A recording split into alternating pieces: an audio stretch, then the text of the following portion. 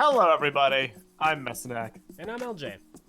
and streaming to you from a golden beach, this is Neck.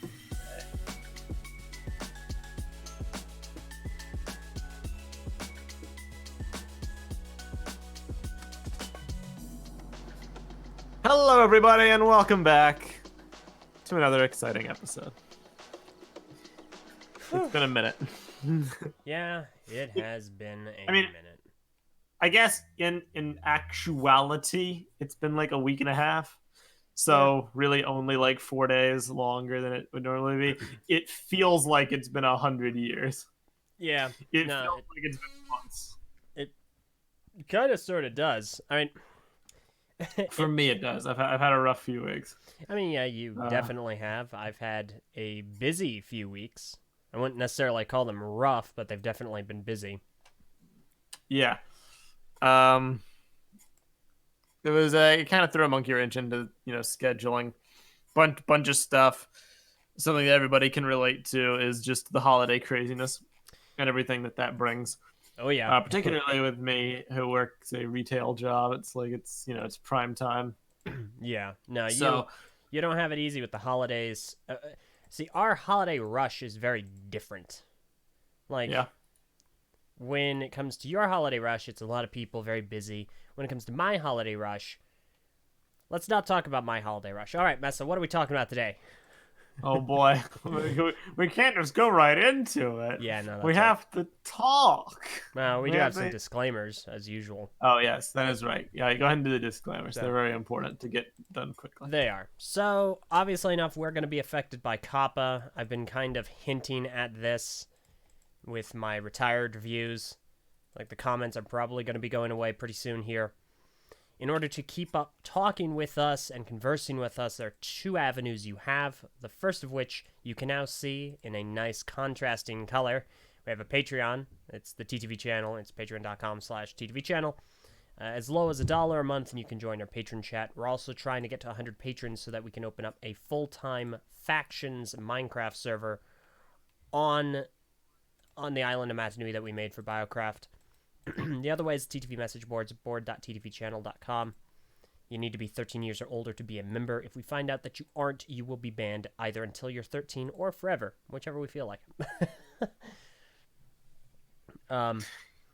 It's really going to vary. Also on TTV message boards, we have a topic called Top 10 TTV Channel Moments of 2019, chosen by you, where you can go ahead and submit your favorite channel moments. You got to act fast because I'm closing topic at the end of the year.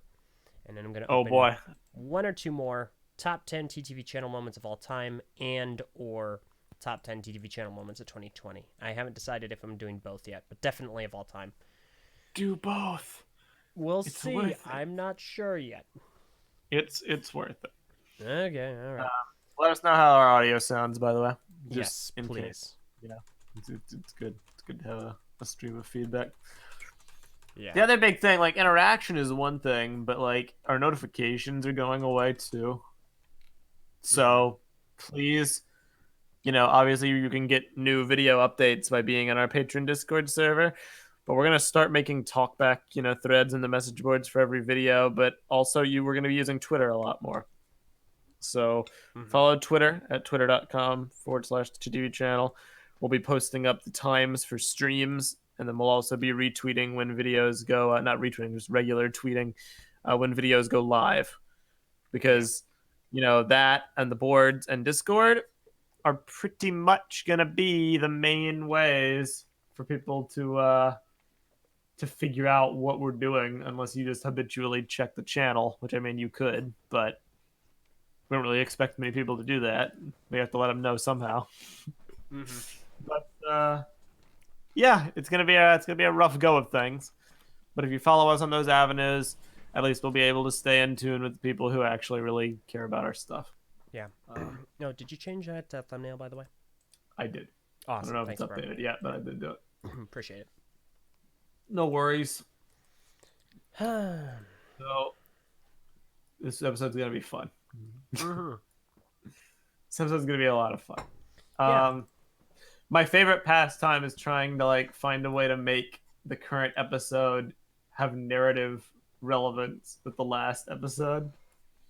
It's worked out pretty well so far, and I think it also applies to this one How so? because the Oh, no, I see how so. yeah, the theme of Knack and Jay so far has been Bionicle in the modern era, Bionicle revivals, Bionicle, yeah, the cancellation stuff, etc., etc. This one's a little different, but also kind of related because when the Bionicle cancellation happened, both of them, by the way, there were two subsets of groups. There was the group that we have already talked about and beaten into the ground, the petition kind of people, the outragers, the people who just got really, really, really mad at life, at Lego, at everyone, and funneled that into, I hesitate to say anti-Lego movements, but it kind of was like Lego are the bad guys. Let's fight back against them and stop their mistreatment of Bionicle. And they did this by creating the petition movements, trying to get people to join their hate mobs, trying to get people to really rally behind the cause of bringing Bionicle back, no matter what. Even if maybe it's not what people wanted, or maybe people were okay to let it end, or whatever. That was one grouping. The second grouping of people is much more constructive. And they're the groups of people who are like, it really does genuinely suck that Bionicle is gone. It is a shame. But maybe we can use this as an opportunity to rally together as fans with this shared passion of ours and try to do something celebratory rather than get depressed or angry at its death. Let's celebrate its life, and let's put those, that shared passion that we all have as a community towards constructive group projects. They could be as simple as a singular person, which I guess isn't really a group project. No. Writing Simple a as two fanfic. people. Well, I mean, even individuals can make their fan fiction. They can make their mocks. Okay, yeah, no, that's fair. But there are people and they can do stop motions. But there are those who elevate it above that, and they say, what if I partner up with other like-minded people in the community? There's no shortage of people to choose from. What if we pool our resources and our mutual creativity, and we come together to do something that is bigger than that of which any one of us could do by themselves? Pretty admirable goal. It's something that I've encouraged numerous times over the years. When G2 got canceled, I was very passionate about this because I didn't want another stupid petition movement. I really encouraged people, go all in on the creative projects, because we live in such an era nowadays. It's not like the first cancellation. The community's evolved in so many ways. We have so many tools now that we didn't before, like shapeways to make custom pieces and stuff. People have evolved and they've gotten older and they've gotten more talented at doing stuff. There's so much more potential. Let's be really go all in on this and be creative. And it's not a new thing. It's been going on for many years. The Bionicle group projects, the Bionicle community project. We've been a part of a few in our time, haven't we, LJ? Haven't we? Yeah, no, Haven't we been around the block? You've been part of a few. I've been part of quite a few. I've been part of plenty. Yeah. Which is, of course, very deliberate on my part. Oh yeah, of course. But and I guess in this episode, just to clarify the point, we're going to be talking about our experience with these Bionicle group projects, and I'm just going to be blunt. Why 99% of them inevitably fail and die. That's what yeah, no, that's what basically. we're talking about today. Yeah. Because as admirable as it is, and as much as I just laid it all out, how how poetic and how cool and how noble it sounds. 9 times out of 10, they tend to really not amount to anything. Um, be that as a result of mistakes or poor planning or poor leadership or over ambition or just not having the skills necessary to do it. All these are perfectly valid factors as to why they might fail. But it's kind of frustrating to to be an observer to a lot of these projects and to just watch them disappear into puffs of smoke. Yeah. It's a little frustrating. I won't lie. Yeah. So we're No. gonna be talking about why that is. Okay. LJ, what do you think's a good place to start? So let's go ahead and start way back at the beginning. Excuse me. Boy. So, in the thumbnail, and what you can see on screen right now, is a little project you might have heard of called BioKraft Chronicles. And what you see right now is a poster. It's a poster for BioKraft Chronicles as it was conceptualized in 2011. It's going to be 8 years ago. And you can see everything is, it's not the worst quality, I think. Unity, Duty, Destiny, and Pigs. And it's the Toa, and they've been modeled a certain way, and you got shading, and you got the logo, which looks serious and cartoony. Then you got names. It looks a little bit like a movie poster, got names at the top of who's playing, of who is being featured in this film. And please ignore the fact that there are only 5 names and 6 Toa. It's even worse than it looks because one of these names wasn't even a Toa. Oh no. Yeah, so there's really only 4 people voicing 6 characters. And so way back in 2011, this project was announced by some ragtag group of fools called the Three Virtues, and it actually made a little bit of a splash. A little bit. It kind of put that channel on the map, and it was reported on by a variety of different places, different channels, and so on. And 7 years after the fact, nothing came of it. Nothing at all. The channel continued, but that project sure as heck didn't. It carried momentum, and it petered out, and that was it. And this isn't uncommon. The reason why I'm using this as an example is because it is obviously ours. It's BioKraft. Yes. It was our failed fan project. Everyone's got to have one. Yep. So, this is not the only fan project to have failed. Of course. There's a lot. 2011 had a lot of very interesting ones because after BioNICLE ended, there was a strong push for people to make new content for the theme for the community.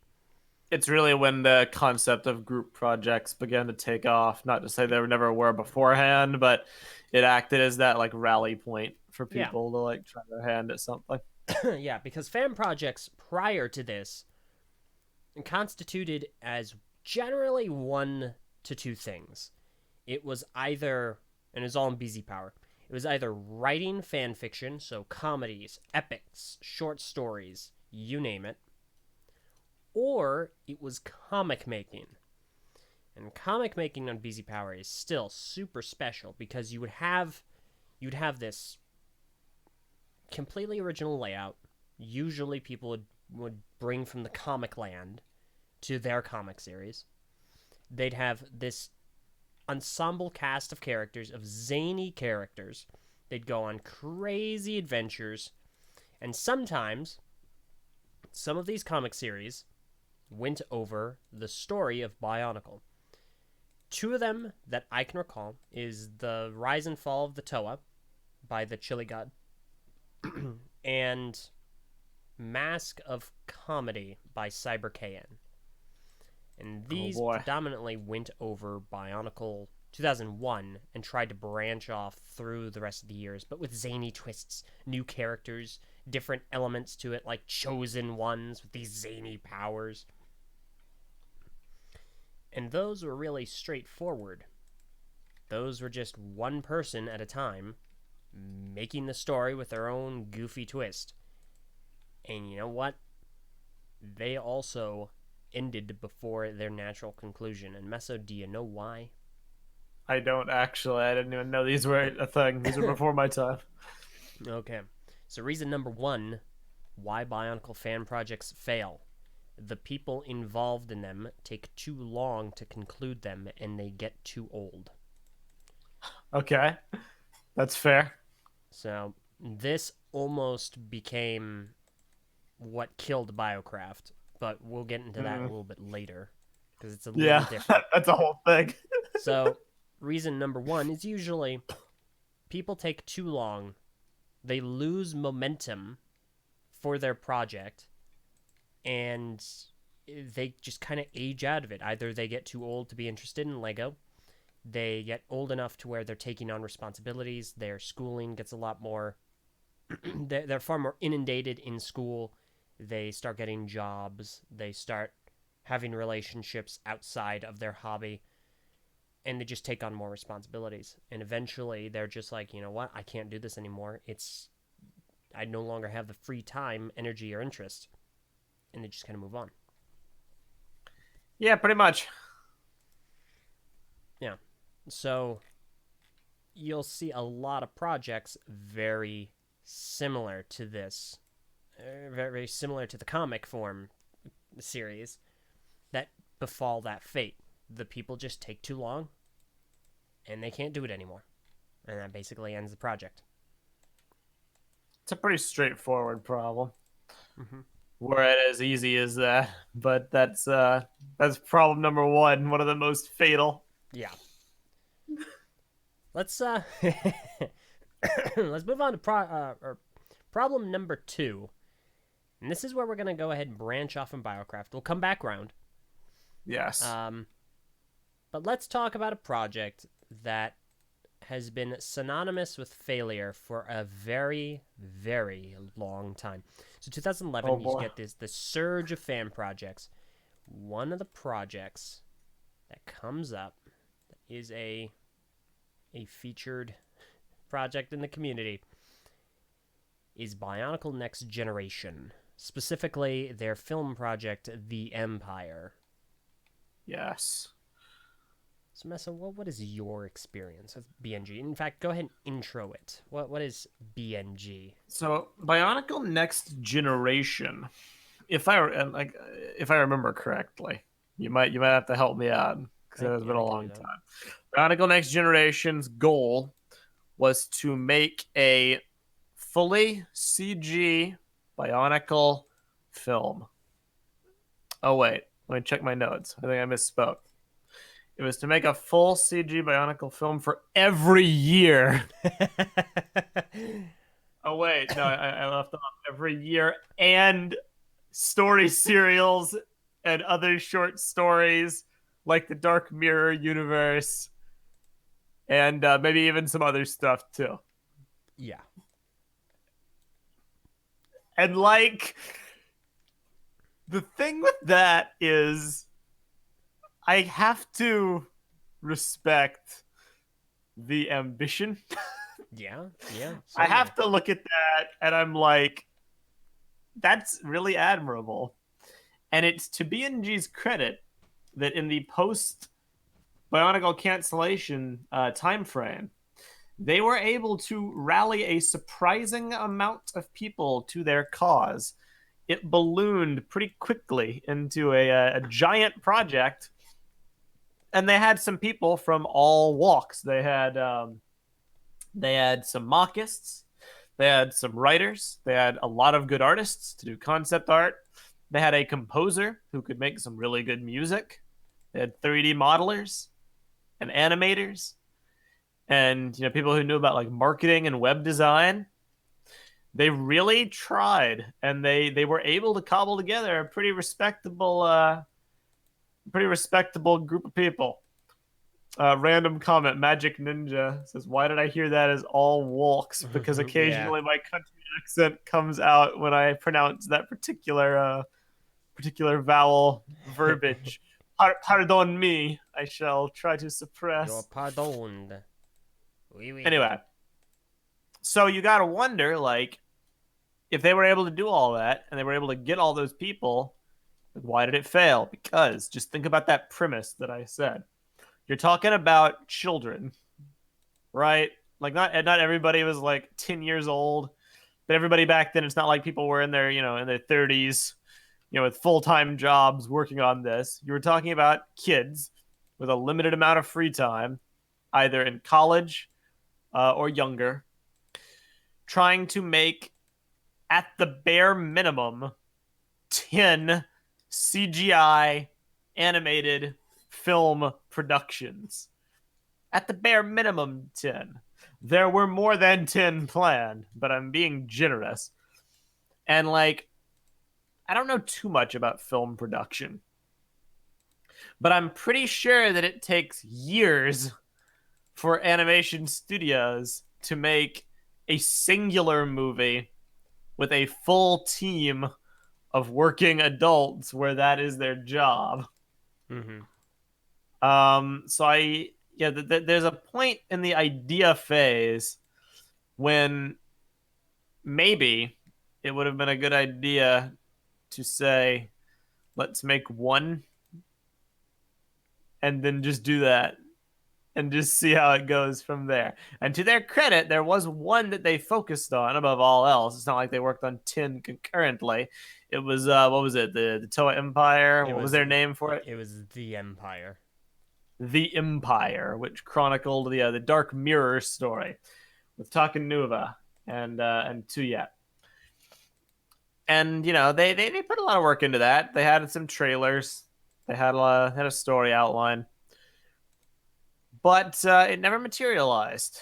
And you and I were both a part of Bionicle Next Generation during the production of this movie because Oh yeah. we, like everybody else, were either depressed or just kind of like bummed out about Bionicle's ending, and we wanted to help.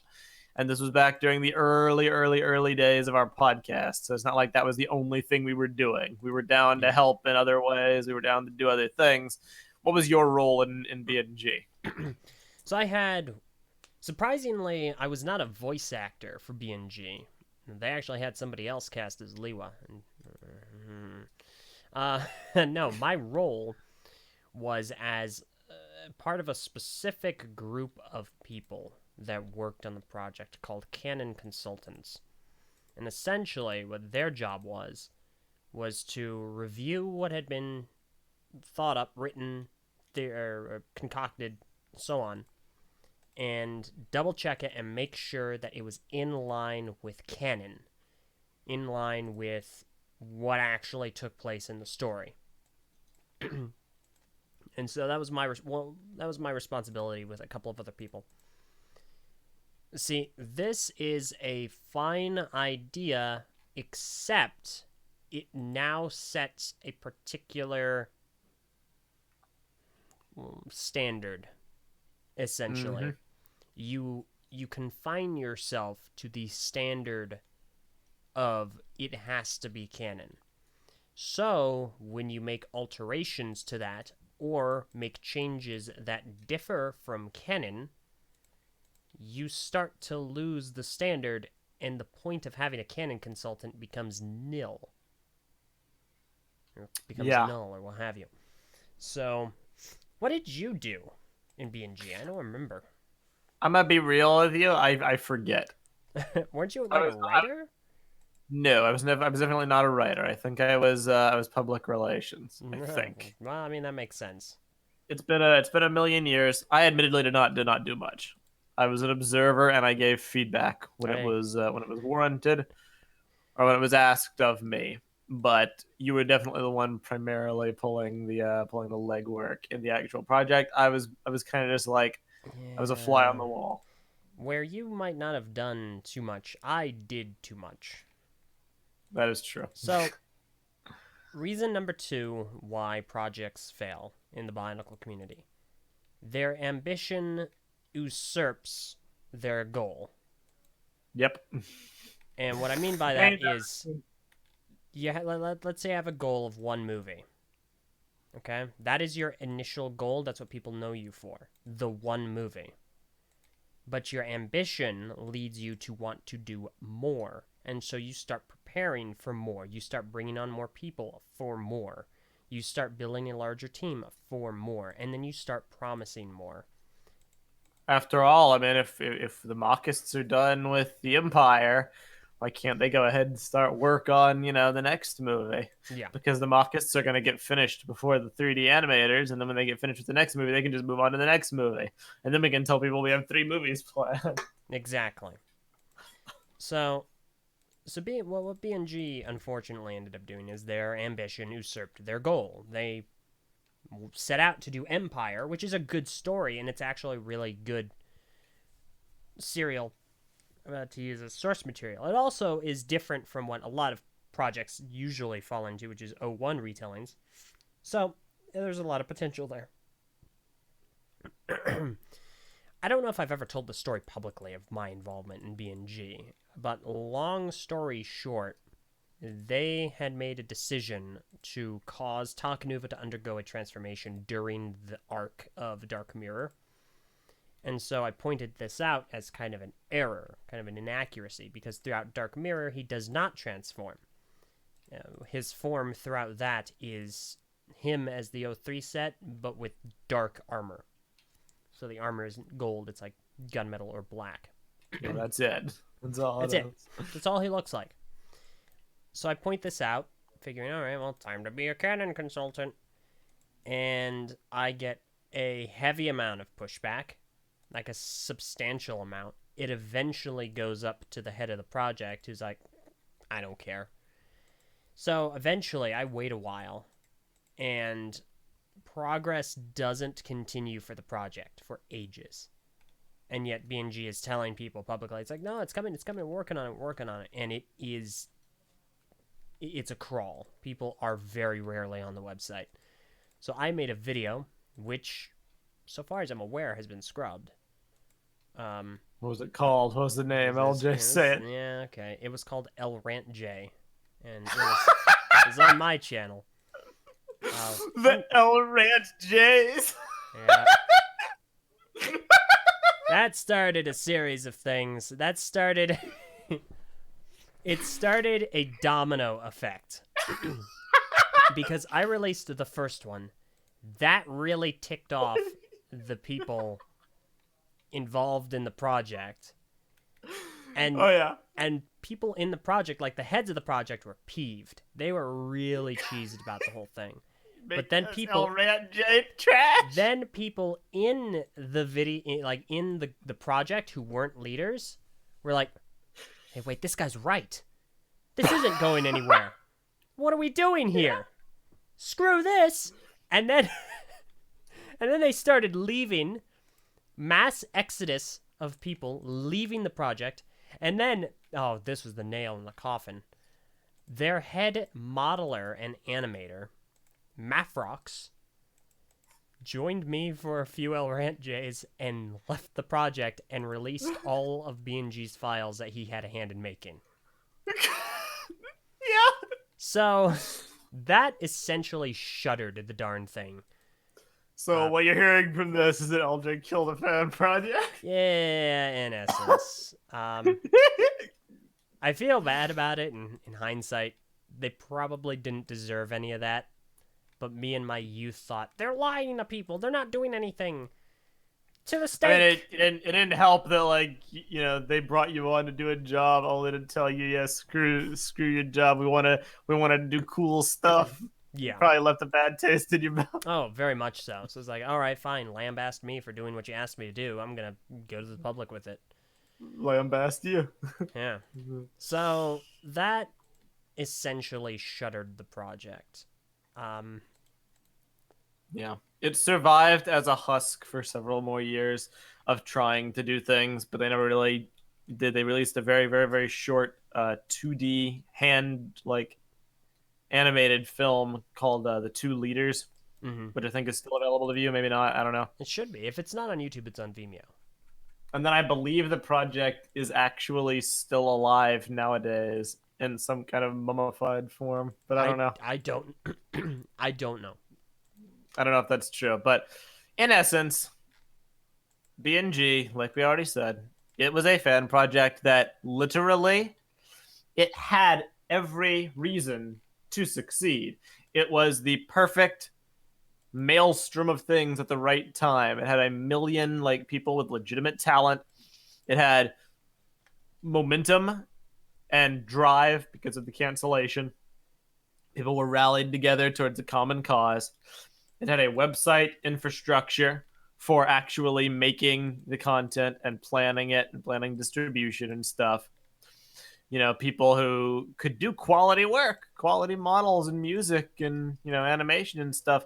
It could have gone places, but it ate its own tail spinning in circles of perpetuity because, and I might be jumping the gun a little bit here at this point, but I have to just mention it now because it's relevant. The thing people don't understand when they sign up to make CGI BioNicle fan movies is that for people of our age bracket and our skill sets, and in this fandom, there's a lot of stuff that can be done, but the hardest part is it's the movie part. It's the animating part. That's the hardest part, is actually making the movie. You can bring on so many people to do character designs in the form of mocks and artwork. You can bring on writers to make the script of your movie. People who can do, you know, backgrounds and artwork and advertising and posters and voice acting aplenty. You know, all you need is a good mic and you can talk. You know, it's not crazy. But then you get into the people who actually have to take all that and they have to make the movie. They have to 3D model. They have to animate. And these people end up having 90% of the work lumped onto their shoulders. And there's only ever like two of them. Mm-hmm. There's only a few. Like it is unequivocally the hardest part of the process. And people just think, well, if we have numbers, then we'll be okay. But when all those numbers are for the same purpose, how many character designers do you actually need for a project that's making movies based on pre-established characters?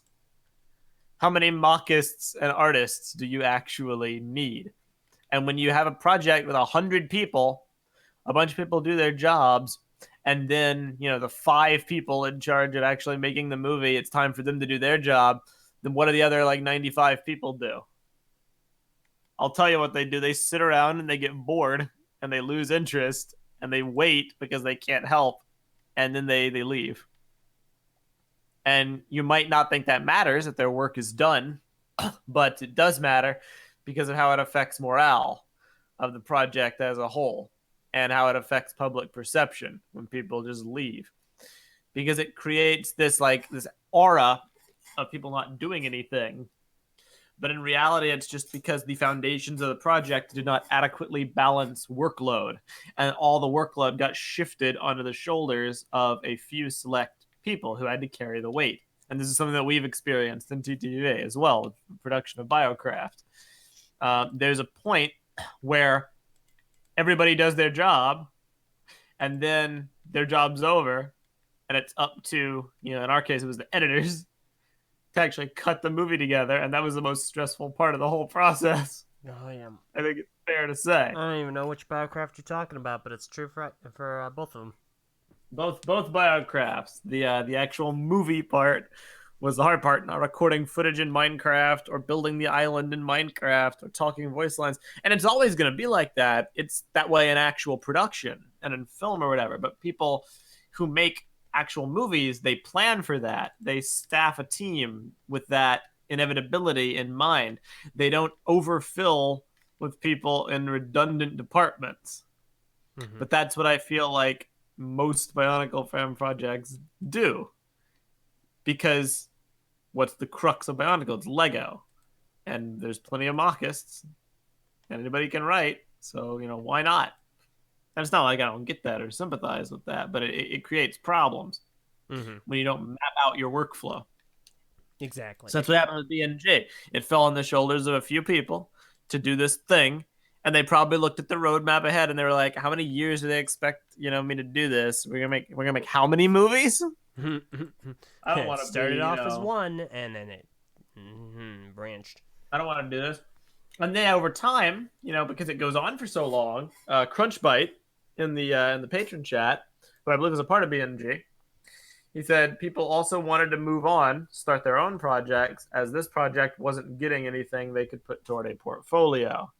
And that's true. You have two subsets of people who work on a project like that with that ambition. It's either just the passionate Bionicle fans who want to do something cool, or the artistically minded people who want to create something that they can use as a resume builder or portfolio builder for their actual life, because it would look really nice to say, a CGI movie that I worked on in my free time. But if that movie never materializes after years and years and years, morale dips into the negatives. Mm-hmm. Yeah, no, And then exactly. there were other problems with BNG, like a bunch of spin-off projects created to like fill the gaps in between the nothing with the movie.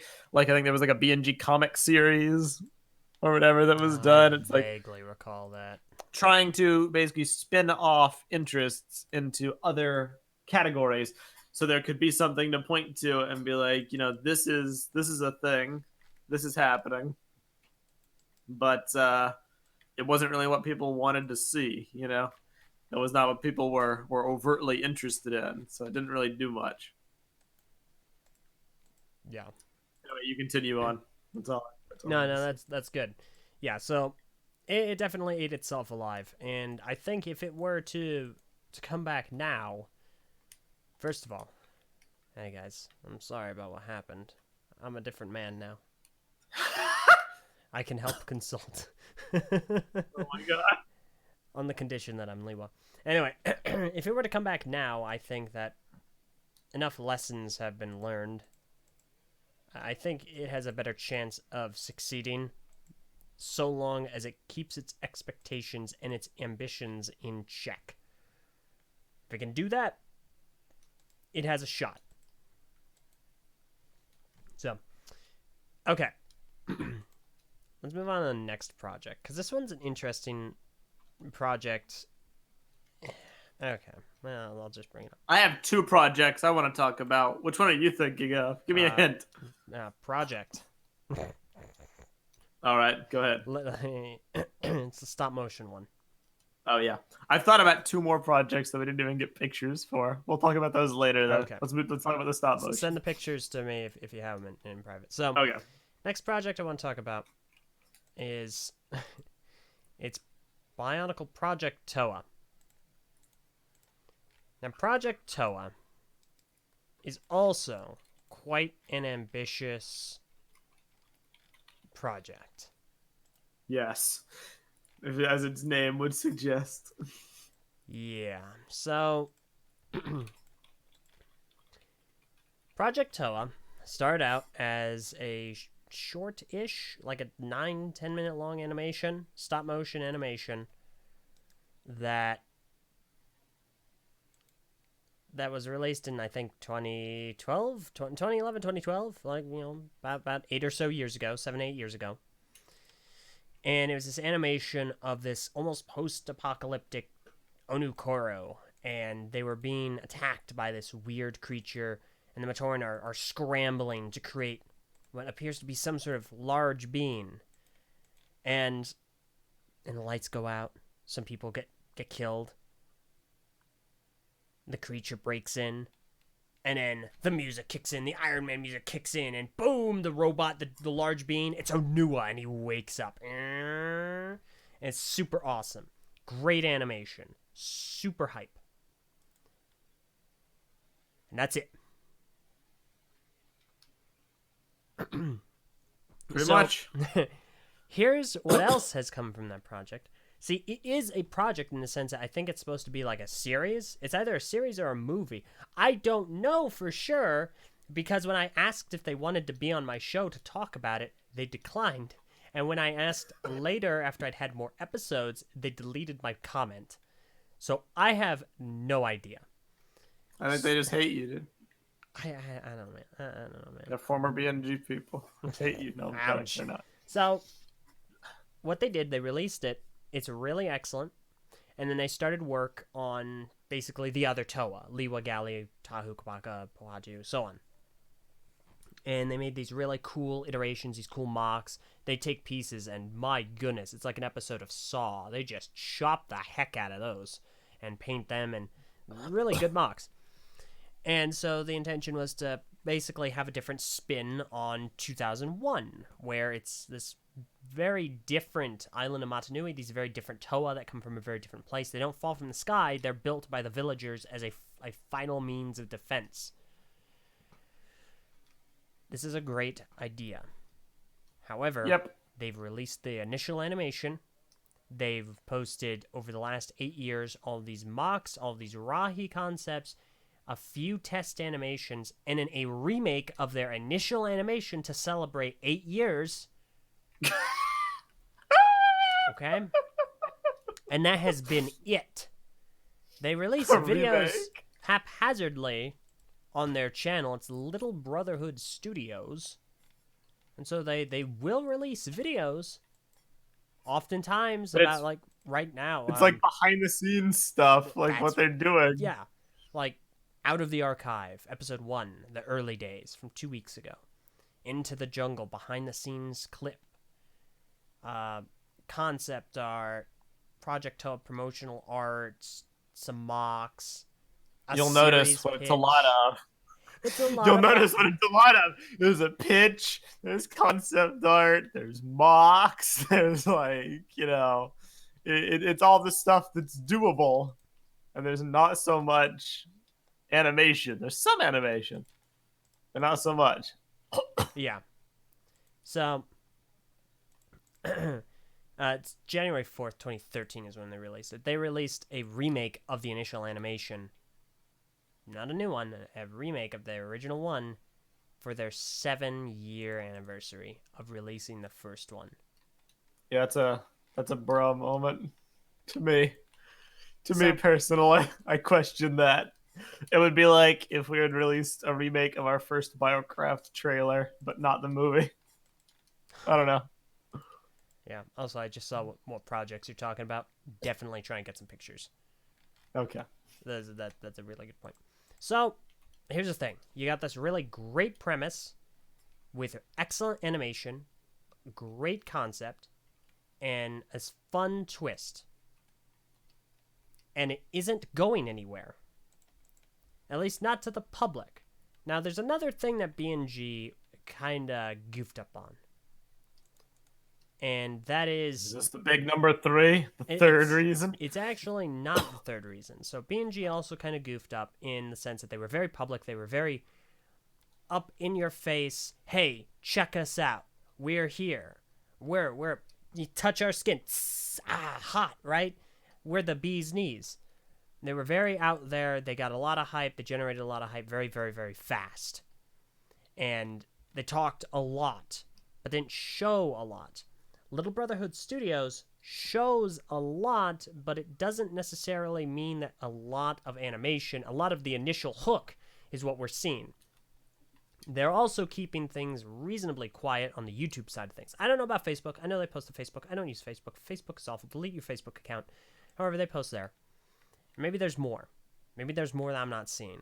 However, in 6 years' time, we have gotten a remake of the initial animation, a rough edit of another animation with a Liwa voice actor that people were not very fond of. Just saying. And a lot of concept art and a lot of behind the scenes. A lot of stuff that people aren't super interested in. So, this is kind of sort of, this is my big number 3.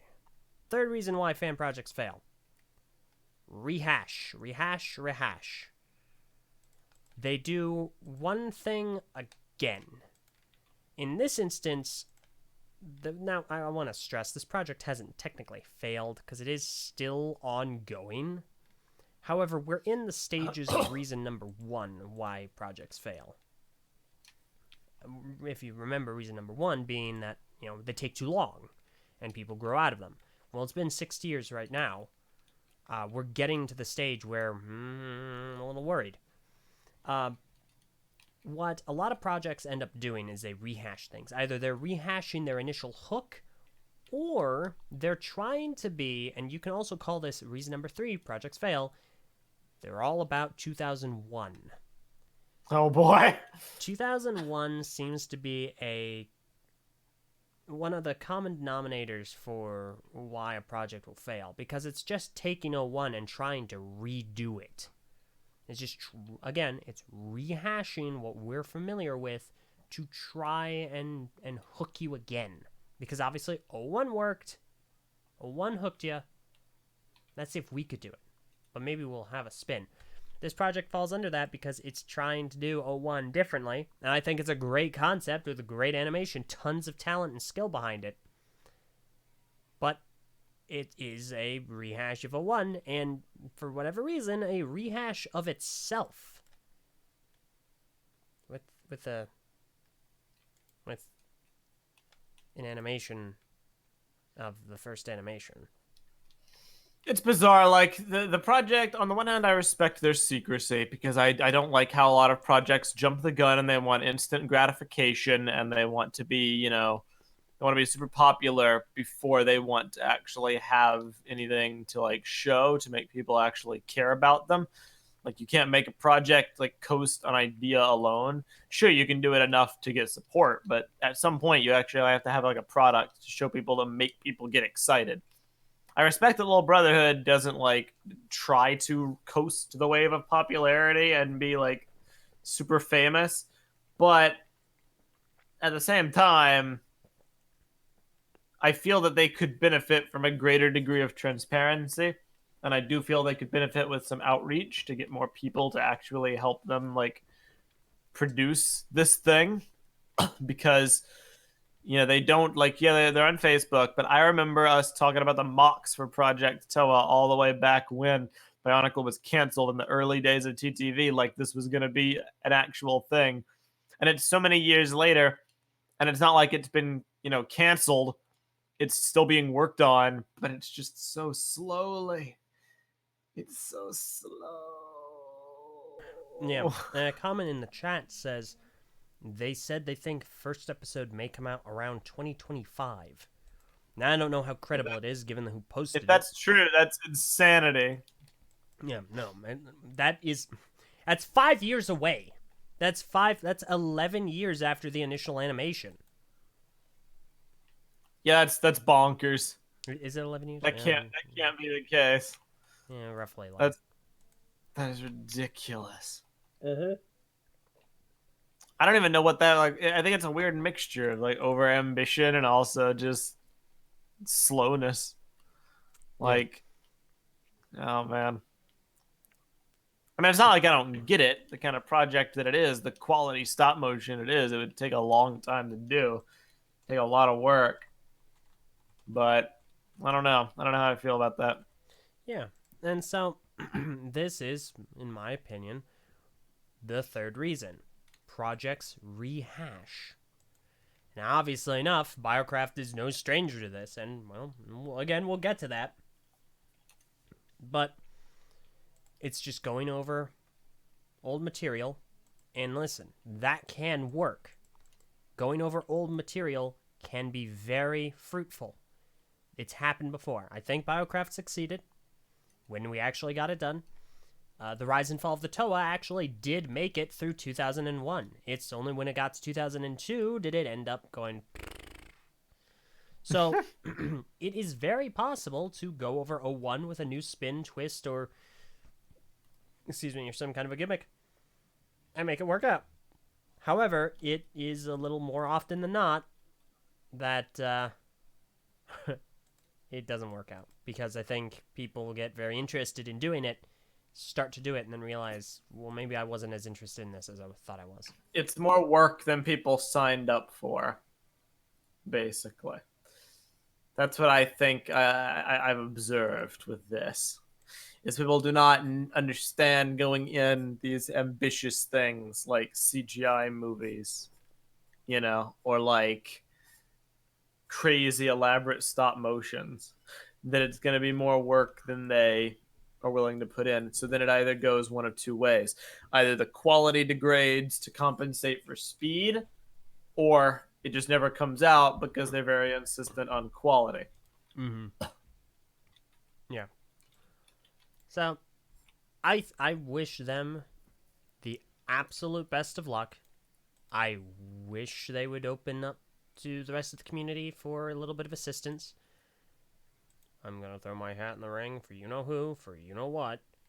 But if it is just, I think it's just two of them. It's two or three of them. If this keeps up, you're not only gonna lose the interest of the community, you're gonna lose your own interest. I can't really advise what to do. Hurry it up if that's not helpful.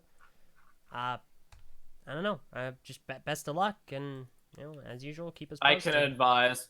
Okay. Consider a greater degree of transparency rather than drip feeding behind the scenes. We're still working on it, progress updates, because whilst it does bolster people that the project is alive, it doesn't really do much to actually get the project done, because if the implication is that you've been working on it this whole time and you're still only at this stage, then that doesn't really serve to do much of anything.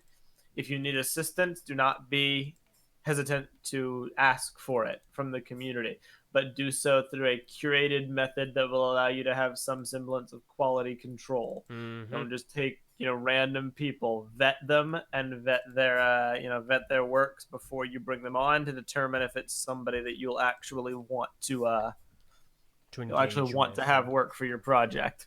Yeah. But there's a lot of talented people outside the Bionicle community, and honestly, it seems like it's a manpower thing to me. Yeah, that might be true. Yeah. What line, guys? Alti and Peel are saying, say the line, Eljay. Say the line. What line? I'm honestly not sure. What Liwa line? Liwa, Mystery King of Know Nothingness. That's me. That's me. I'm not sure. So, anyway. Okay. Let's go ahead and move on to... Well, okay, we're at a bit of a crossroads here. Yes. So there are two projects we could talk about. First of all, I still need the other picture for that. Well, no, it's kind of the same thing. Well, wait.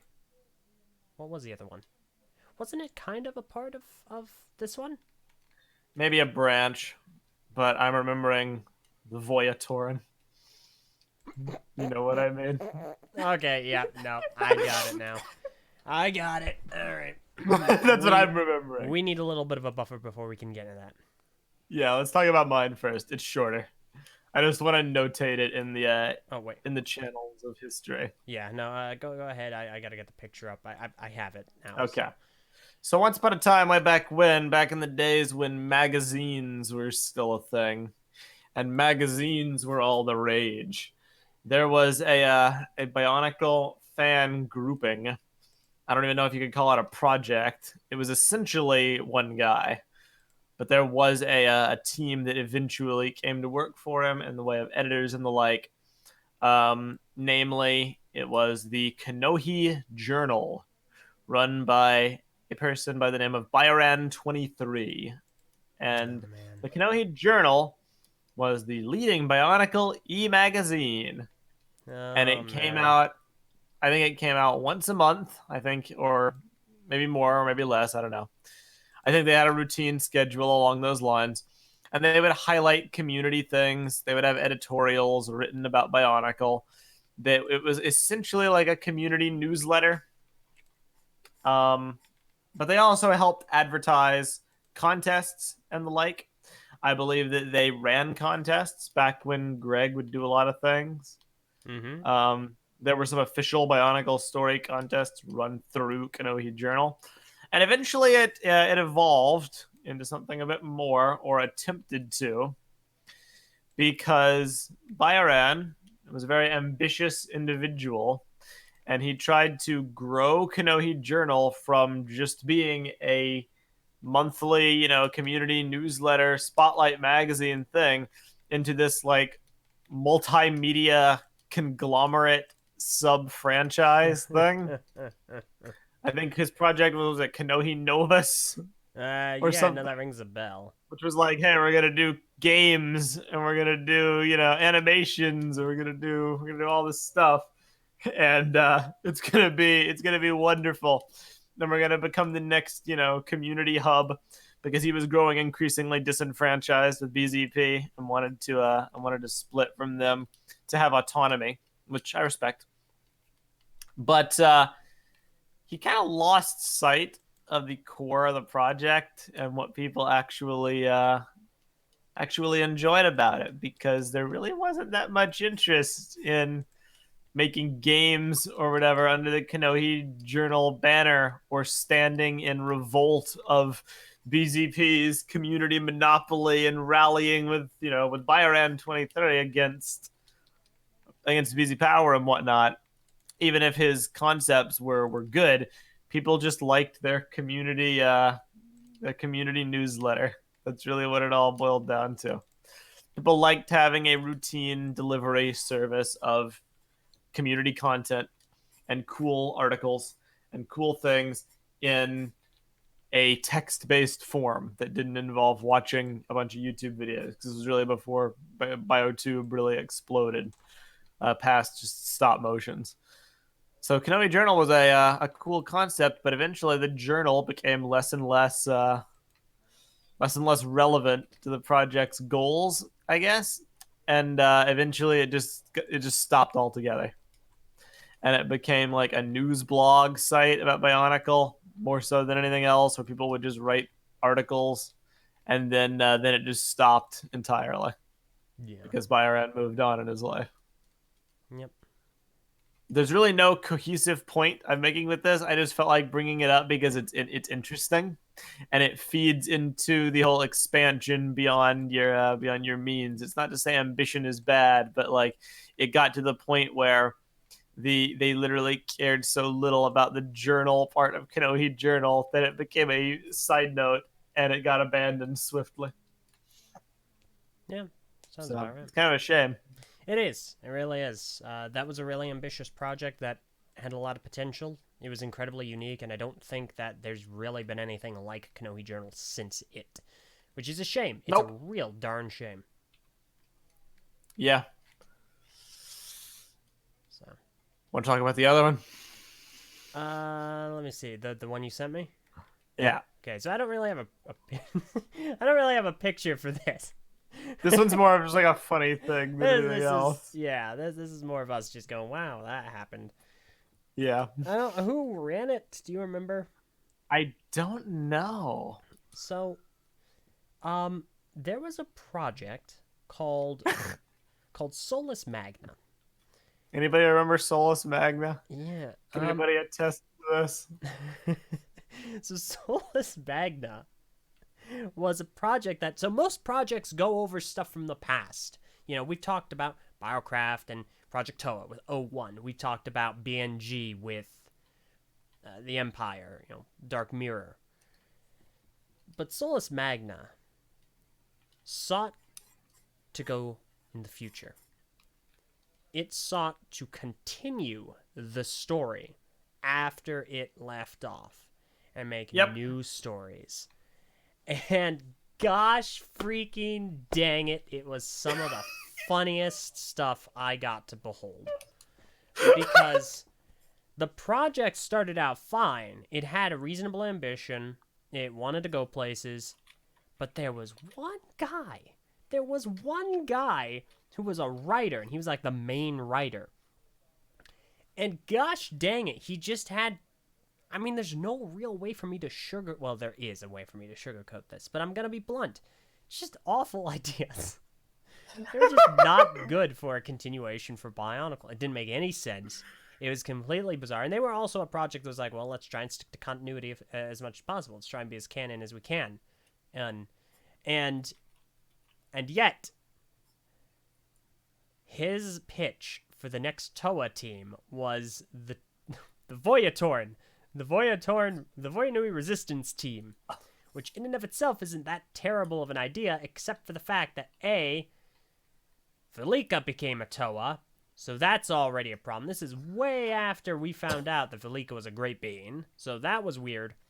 And two, he really wanted to emphasize this weird coolness to Kazi that Kazi didn't have. It's like, what was that one pitch? It's like, imagine Terminator 2, the ending of Terminator 2, where they're in like the metal factory and one of them is sitting behind, standing in front of lava and the other one is, in front of them. So imagine Velika has his back to the lava and Kazi as a Toa is sitting in front of him, and and Kazi, I remember this clear as day. Kazi pushes him off into the lava, and his one-liner, his sick one-liner was, "I never liked your riddles anyway," as Velika melts in the lava. The edgelord Kazi with the shades. I never liked your riddles anyway. So, myself and one other person, now formerly from TTV, wink, we were introduced to the project as consultants, and him and I came up with a pitch. It's called BIONICLE After the End. Now, I still have this pitch, and I'll be honest, given that it's all mine now. The other guy can stuff it. It's mine. I honestly, legitimately believe it is a super, super solid pitch. It's because you were trying to really overturn solid. this, right? You Yeah, were like, have an alternative because this makes no sense. Yeah. So what had happened was we came up with this pitch. It was a 3-year pitch for a potential continuation, 3 extra years.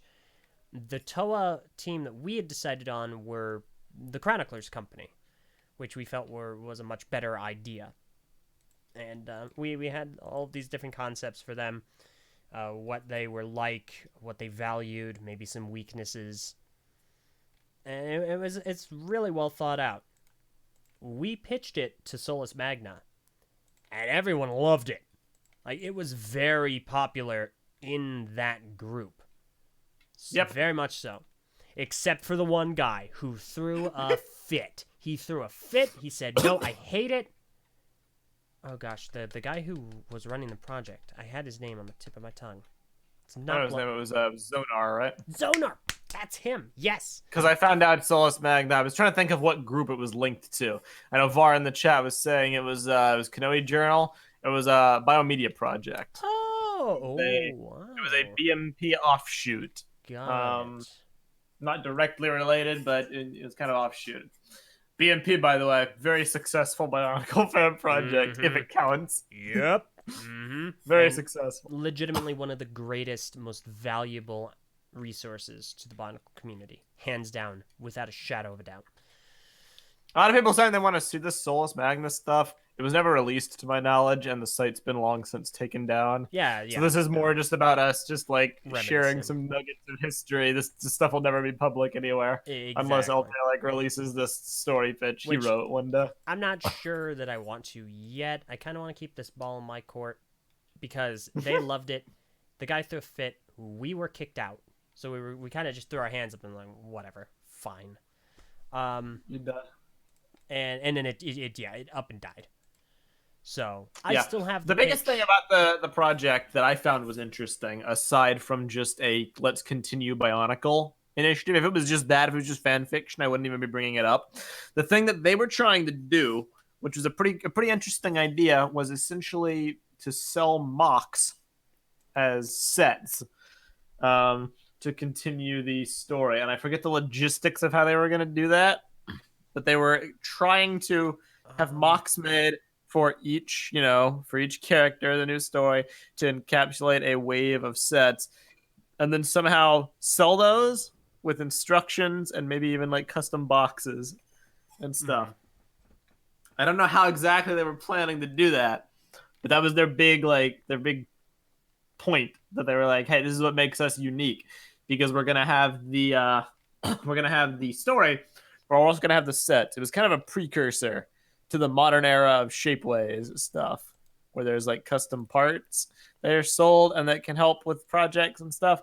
This was kind of like a prelude to that. Obviously, it never went anywhere because the logistics of that are like mind breaking, Mm-hmm. and actually doing it is very very challenging. Far past that, but as Crunchbite points out in the chat, the Monog Collector Edition Kickstarter, which I believe was also them, Yeah. involves funding for an injection mold machine to produce parts. So they were trying to actually kickstart the production of new Bionicle pieces en masse, which is lunacy, but I gotta respect that drive. There was some dedication there to that idea. Yeah. Um, Yeah. it didn't go anywhere, but I mean, like that's cool. Yeah. No. Okay. I think we're done with those two. That was funny. We're done. It was just a funny nostalgia trip. Also, super chat from Syobanaf, the legendary, donated $1. Thank you very much. It's Muchas always gracias. appreciated since our money's about to be completely gone from YouTube. So we're gonna be struggling Lego artists trying to pay the bills. Oh my gosh. Alright. So let's go ahead and move on to the next project. So this Yo. is it's you know which one it is. Mm-hmm. So this is a project that hasn't actually failed, but aspects of it can be seen as having failed. So you're probably all very familiar with BNG, or not BNG, RSG, Red Star Games? Red Star Games or Yes. Red Let's Star start Gaming? gaming. So, RSG is a very large and ambitious project. And what it Yes. sets out to do at its core is to essentially release an RPG system and kind of release that, have a story, and advertise that through other means, such as new mask designs, new 3D printed masks. Oh gosh, what else was there? Short stories, music, and I think a video series that they wanted to do. So they have kind of achieved their goal. A Here's the little thing. bit. RSG is a weird project that almost became BNG2. It started up when I was fired from TTV, or roughly around that time. And the head of the project, Lahari, basically went out to try and poach a bunch of different people from the community to help him with this large project that would do all these different ambitious things. Unfortunately, two things happened. One, he got too ambitious and brought on too many people too fast. A whole heck. Exactly the same thing with BNG. Exactly. And I was brought on early into its development, and I warned, don't be in another BNG. Don't do it. And the second was he kind of lost focus of the goal. So for a long time, and even to this very day, no one really is sure what RSG is. Now, I have since had Meerkat, one of the guys behind the project who does music, and is also the voice of Pohatu in BioKraft. I've had him on my show, and he's clarified, and I hope that my explanation has done that clarification justice. But it became a super large project, just massive, super fast, and this brings us to reason number 4 why projects fail in the Bionicle community: a loss of focus. And this can also be chalked up to and also be considered growth of ego, Oh boy. where you get so wrapped up within your own ambition and your own view of what the project is or could be, or you take what it could be and believe it's what it is, and you see it as being more important or better than it actually appears to other people. And this affects a lot of different projects. I'd say a symptom of that would be operating your Bionicle fan project with the goal of trying to become Bionicle community big shots. Yes. Rather than actually trying to make a product or make a creative piece of work. So essentially, like you were saying about the ego side of things, it's about status at that point, or it feels like it is. It carries that vibe. Yeah. And it's very self-absorbed. And when you get self-absorbed, you lose focus of what the project is. And then what really happens at that point, what usually happens in large projects, it comes under fire because what you promised is not being delivered in a timely manner, or you're missing deadlines, and people start calling you out for it, and you get defensive. Well, this project is so great because, I mean, I'm doing this and that and the other thing, and this is what we're doing, and you should just stop it, okay? It's on its way. It's gonna happen. And then people kind of see you as being really super defensive, and all sorts of things, and negative connotations come with that. And then interest starts to wane off, a new reputation is born, and your project dies due to a lack of interest from the outside and a low morale from the inside. And that is also how BNG really got shot. That was one of the reasons it failed as well. RSG also fell into these pitfalls heavily, which disappoints me because I warned against that happening. They even had one issue where they were going to release some big thing, but it wasn't like fully done, and there was a miscommunication, and we've started a countdown now. Hope you're ready. Plot twist, they weren't. And once you give public deadlines,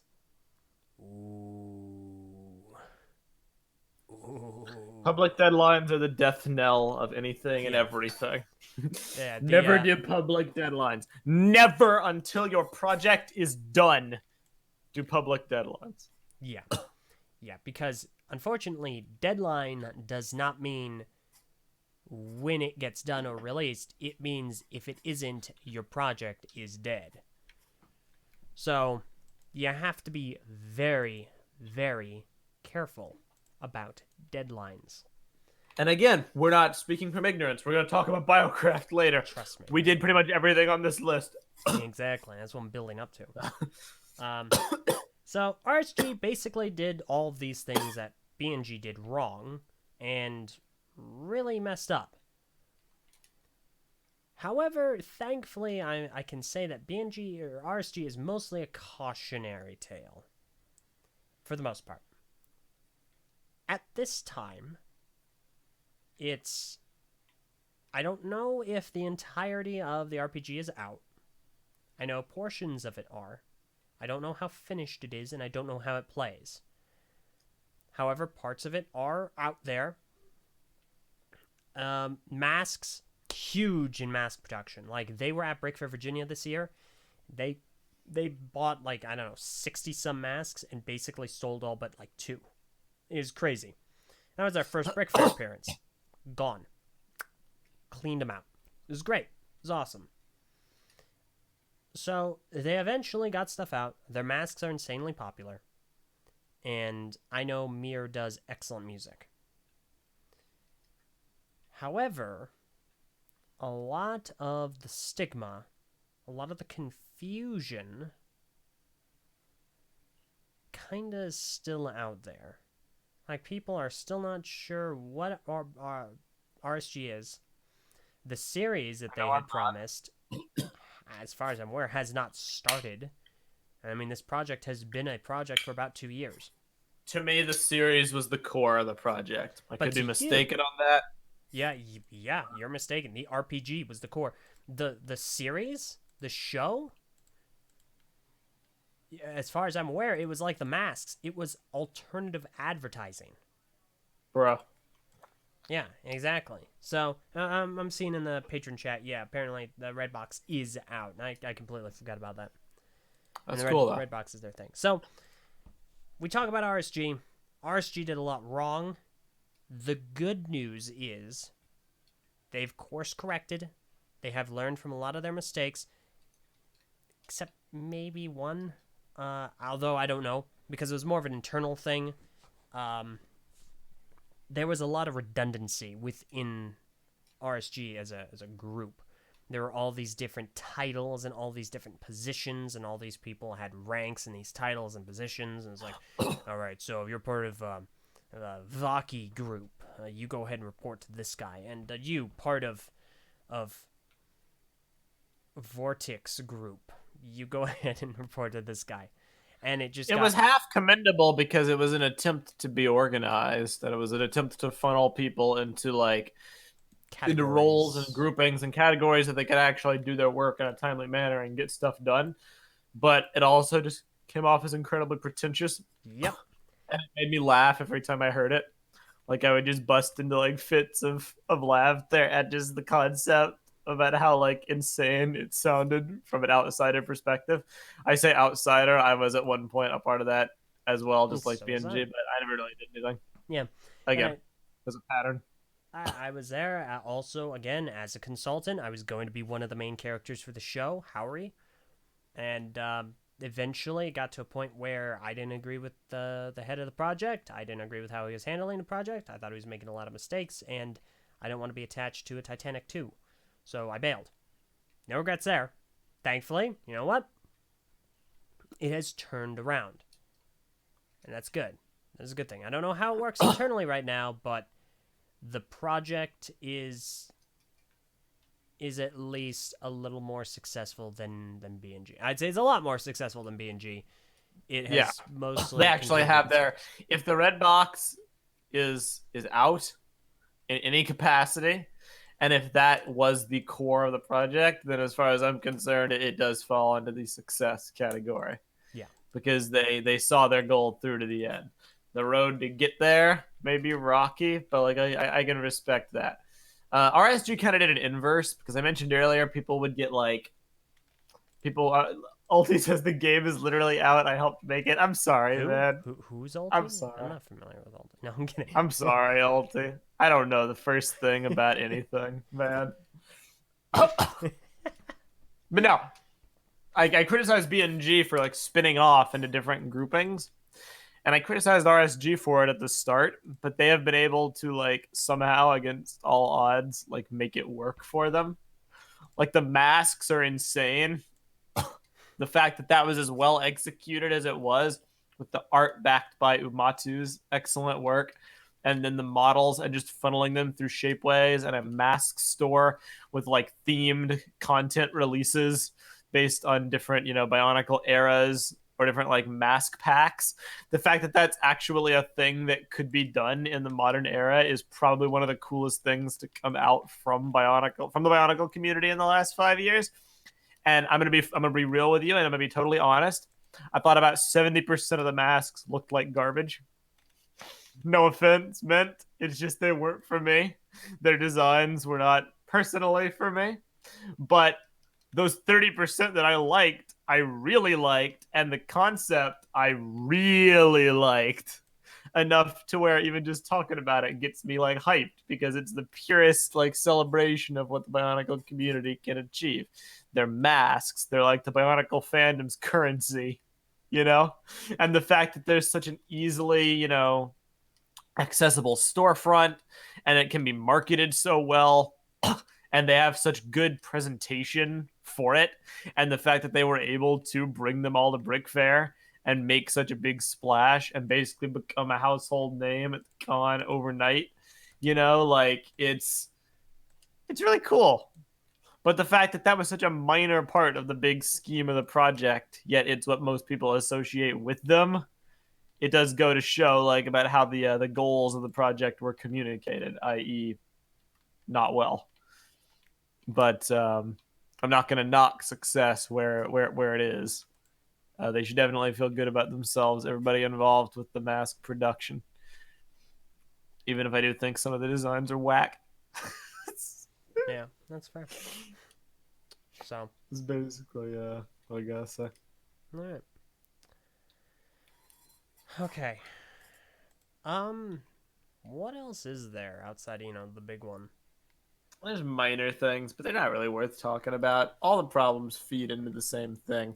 Like I was going to talk about Bionicle Quest of the Toa, the ancient fan project by Jonathan Kaplan that was rebooted multiple times and then vanished into the ether. But that's very similar in concept to Project Toa, where they were just very secretive and reclusive about it, and then eventually it just dropped off. There's really Yeah. no need to go, too in depth into that. Mm-hmm. There's stop motions that have come out, but I mean those are all successes, like Bionicle NPs, stop motions. Yeah. You may or may not like them, but he's released them. That's something worth celebrating. He just did them. He just made it happen, and he got it out, and he was committed to it. And there's a few up and comers that I see, like Bionicle Iliad, which has a lot of promise, but I see falling into very Yeah. similar tropes about making a fully CG Bionicle TV series format. Yeah, we can't Um, really talk too much about it because there's really nothing to talk about. It's literally it's just BNG2. Except yeah, I'm not really sure who's even involved in it. So my yeah. intention isn't to like smack talk anybody, but I do know it exists, and the mocks are really good, and the renders are really good. But like again, I'm just like I just get bad vibes. Yeah. But I think before we send it into a crescendo finish about the morals and the lessons and whatever, let's talk about our failure No, that and is the success. crescendo. I have more to say after that, Oh. but I mean, I guess it might bridge into. So Okay, fair let's enough. go ahead. All right. So, the big one, the big kahuna. Oh, kahuna's a fun word to say.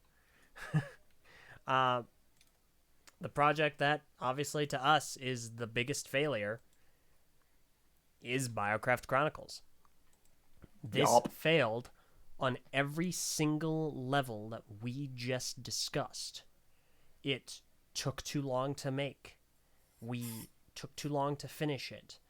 And only released behind the scenes or Yep. updates or it's coming, Uh-huh. guys, really, it is. And then when we had what semblance of a product that we had, it was trash. And we were like, well, now we Yep. got to tuck our tail and turn away. And so it took 8 years before anything ever happened. And honestly, what ended up happening isn't related to what we started. So it Yeah, we categorically, scrapped the whole thing. yeah, entirely. Boom, gone. So it took too long to make. The it oh gosh, what was the second lesson? I'm trying to remember. Um, it was RSG or no BNG's one. Yeah. I I don't forget remember. your points. We didn't discuss the points beforehand. I forget all your points. Oh, okay, cool, awesome. I'm Well, sorry. like with BNG, it got too big, too ambitious. That was it. It got too large in scope. Its ambition overtook the capability because we wanted to make this full-fledged movie detailing everything that happened in 2001. And I'm not talking an abridged version. I'm talking about everything from the books, everything from the comics, everything from Minogue, all of it. Again, I'm not this BioKraft is not the one that was released. This is the one from from 2011. It got too ambitious for its own good. We wanted to pack everything in there, full-fledged feature-length movie with 3D fight scenes done by Mapfrox, which were good, but they didn't fit. They didn't fit, and the movie's tone was all over the place. Was it a comedy? Was it serious? We didn't even know.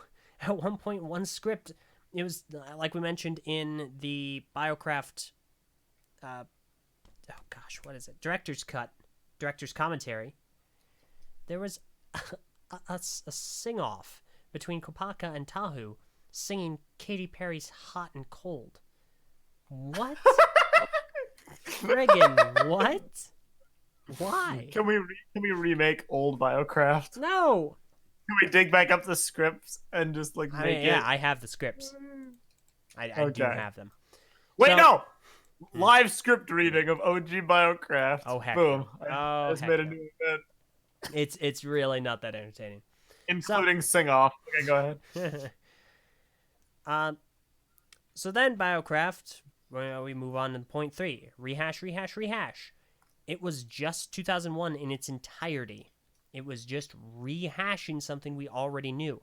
And as time went on, we had to redo it a couple of times. We just rehashed what we were doing. And we got tired of doing it. It just got exhausting. We lost our interest in it. Yep. And then finally, we got self-absorbed. We thought that it was this much greater, bigger project because it made such a splash than it actually was. Where we're like, stop it, guys. You all need to just stop being so critical. You know, it's gonna happen. Give it time. Gosh. Patience. And then it didn't happen. And then it kind of went down in history as this meme. Oh, wow, so when's BioKraft going to be finished? And then people would be excited for it. Genuinely, it's like, hey, when's BioKraft going to happen? And we'd have to tell them, well, it's on permanent hiatus. Or it's on an indefinite hiatus. There we go. It also fell victim to, like, the same thing I said earlier, because we had a bunch of people who could voice act and play Minecraft, but then it came down to actually recording the movie, and back then it was basically just VAR. Yeah, he was the only one capable. So, like, all of the actually hard responsibilities pretty much got shoved onto VAR's shoulders. We had to bring in other people to try and edit, because we were young and dumb and ill-equipped. We were having to do like bootleg methods of like distributing the footage, because if we can made in the chat, we got there at the same time. We had to buy an external hard drive and load all the footage that numbered in the hundreds of gigs. I'm not sure if it crossed like a terabyte or whatever back then. And we had to mail that hard drive to some basically random person who we didn't really know that well. He was in the group. He was in podcasts way back when. But we didn't really know him all that well. We had to mail him this hard drive so he could then rip the footage from the hard drive and like actually try to cobble it together, only to realize after all this kerfluffle that the footage was hot garbage. Well, not only that, I mean, not only was the footage terrible, the script was terrible, the acting was terrible, the puppetry was terrible, the quality of the footage itself was terrible. He went in further and butchered the footage more than it was already bad. Like, he somehow made it worse.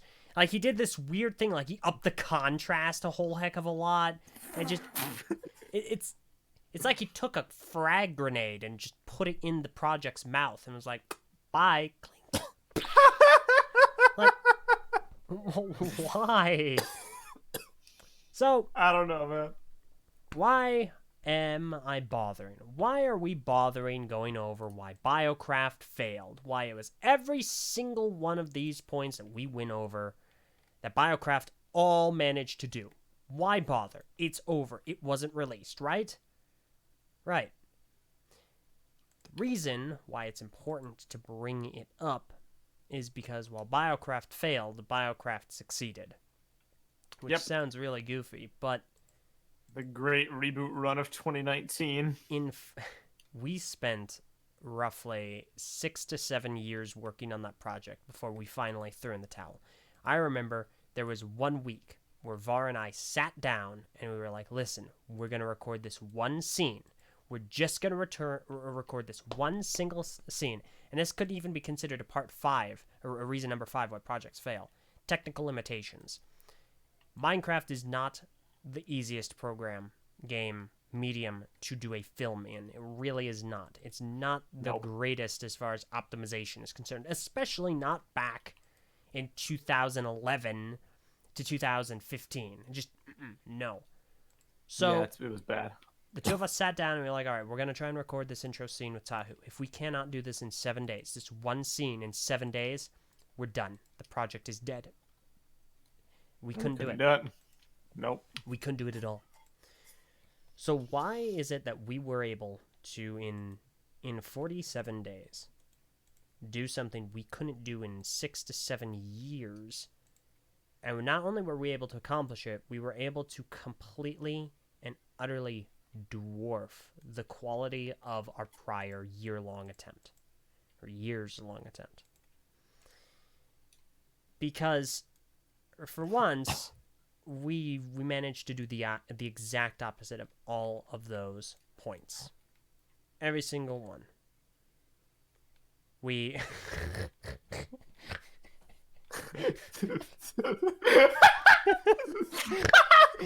You gotta put that in the video. Yeah, I know. Old dude says, guys, I was busy searching my local scrapyard on the hard drive containing the original BioKraft. After that rando edit. Go ahead and make this the final image. Contrast craft. Okay. So we finally did the opposite of every single one of those things. We... Gosh, I forgot the first point. Bruh. I'll just say it. Hmm? We had a coherent direction. We had everyone fill a role. We had multiple people with the technological know-how and willingness to tackle the hard work rather than putting it all onto one person. We had a vision that we created and executed without getting distracted or bogged down by anything else. We kept it completely quiet, did not let on that we were doing it until it was done. We didn't concern ourselves with becoming popular from it or using it to get clicks or social media. We didn't expand beyond our goals. In fact, we reduced our goals from a full-length movie down to like what did it end up being, like an hour? Well, kind of. It was 70 minutes. Yeah, 70 minutes. The initial BioKraft was supposed to be what, like 2.5 hours? Well, I like an actual movie. I honestly don't even remember. In fact, this one was supposed to be a little bit longer than it ended up being, but with some cuts and readjustments, it ended up being a bit shorter. We were willing to take the hit to make sure it happened. And we also had originality. We didn't want to just rehash. We don't want to rehash 2001. We don't want to rehash what we had before. LJ had this clever spin for how BioKraft could evolve into being like, you know, more of a parody than anything else.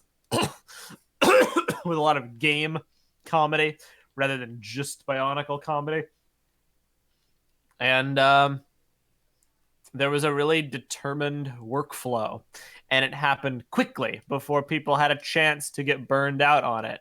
We seized on the moment, and I remember being very skeptical. I was like, do you really think after all these years that you can get people to actually want to do BioKraft? How are you going to do that? How are you going to pull that off? And the answer is very simple. It was by doing BioKraft. By people putting in the work and being dedicated to it, that inspired everyone else to want to do the same by seeing what was being done around them. And that built and built and built into this like ever-present expanding like cacophony of camaraderie, to use a phrase, that just became so like It became so intense. It created a snowball effect. More and more people got involved, and more people got invested. And by that point, you just kind of coasted off the positive momentum, basically, and let that carry forward before people had a chance to get burned out. Yeah, and it really helped being motivated enough to do it. You had to put in the work to show others, listen, I'm passionate about getting this done. Can you help me? And inspire others to look at that and be like, all right, you know what? I think this has a shot. Let's get going. Because if it was just a few people working on it, If it was just me and Ven, for instance, just going, all right, guys, come on, let's do BioKraft, yay! Would have never gotten anywhere. No. But what happened is things got done quickly. They got done passionately. And it snowballed. It just went and went and went, and it succeeded because hard work was legitimately put into it.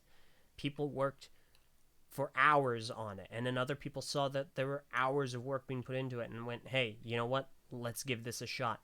And in 47 days, the movie's complete. And then in our situation, it was a little bit different. There's something that not every project can apply, but I mean, I guess they can because by the nature of group projects, anybody can help if you let them. But we honestly couldn't have done it in the way we did without the support of the patrons. Because way back when we didn't have it, we didn't have that chat, we didn't have that like curated source of communication with people who we know well enough to get along with. We know well enough that they're people who are invested in our group. They're fans of ours. Way back when we were having to pull like either random people or people we didn't know well at all, or who were just like off, YouTube comments or whatever, who could be disruptive, who couldn't like, follow directions. couldn't They're like focus. children. They couldn't focus. But the fact that the patron chat existed really allowed us to be able to do a lot of those scenes, a lot of those larger scenes that All of we the would large not scenes. have been able to do. All the large scenes, yeah, that we either would not have been able to do or would have taken way longer and been way more frustrating back during the day. So, I mean, I guess you can tie that into just having a network of people you trust, like I was saying with Project Toa and whatnot. Yeah. Let people help, and they will. A lot of people keep it so close to the vest out of pride or whatever. Like, I was concerned about bringing on the patrons. I was like, I mean, is one of them going to let slip the secret early? And then it's gonna leak and then ruin our momentum because people are gonna go crazy and we're gonna have to like address it or whatever. But nobody did. No one. Not Everybody a was single awesome. gosh darn person out of. I mean, it ended up being a crew of like 30, 40 people that worked on that project, and no one spilled the beans. It never got out, and gosh dang, this thing was edited to the wire. Yeah. Literally up until it streamed, it was being edited, and even after it streamed, it had to get fixed, and then it was posted for final. Yeah. Like it couldn't have gone honestly any better than it did.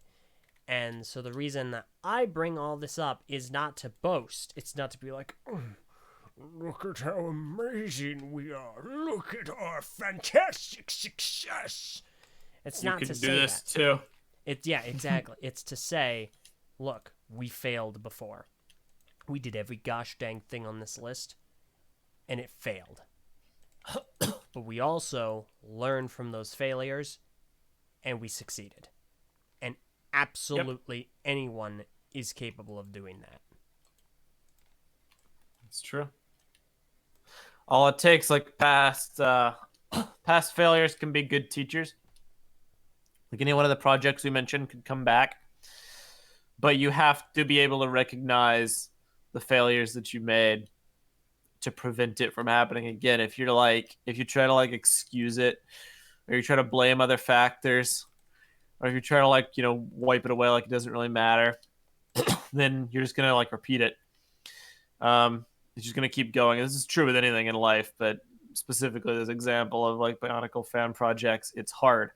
It's hard getting a bunch of people together to work toward a common goal because everyone has different, everybody's from different walks of life. Everybody has different responsibilities in their actual life, different age ranges, different things pulling them away, different investment levels, different methods of going about things, work ethics, project coordination, flow, goals, what's most important to them, how passionate they are about Bionicle at any given time, the amount of free time, time zones. Like, there's a lot of stuff you really need to like to be able to work through, which is why it's so hard. That and all the other problems we've talked about, people fall into a desire for, I would say the biggest problem, if I had to pick my own personal biggest reason why fan projects fail, it's It is the desire for instant gratification. And I don't say this to shame anybody because I know the feeling. When you're working on something, you want people to know, you want to feel good, you want to be bolstered that what you're doing is right, and you want to have that motivation to keep going. And as a YouTuber and as a content creator, I know that feels good. Getting feedback and getting comments on what you're working on gives you, motivation to keep going. But it can go too far and it can take over and it can become the thing you look for the most. You want that validation from your peers, you want that validation from the community. You want to be, treated like the best thing since sliced bread because you're the person doing a Bionicle fan project, and you want to become this very important entity in the community. You want to take it upon yourself to become a beacon for the community to rally behind. You want to do all this stuff. You want to get the Twitter likes, get the Twitter follows and all that. But it can, when that becomes your goal, and when you're more about marketing than you are about the core of a project, your priorities are flipped. Obviously, there's some element of marketing you need, because otherwise, how are you going to get people to help you? But that should be a means to an end. It should not be the end. When your project is finished, then you market it like crazy because you want people to see it. But otherwise, you're just marketing like smoke and mirrors. And this ties in quite nicely, even though it's not a fan project, last week talking about Christian Faber and his BioNICLE project. That's just a hype machine based on nothing, based on smoke and mirrors. And it's very common for that to be a thing in the Bionicle community. I would advise people to not let it be. Always have completing your project as the end goal and really put your all into that. Work hard on it. Do not let it become about getting popular. If that happens, great. It'll be because your project is good, not because you're trying to make a project. Yeah, pretty much.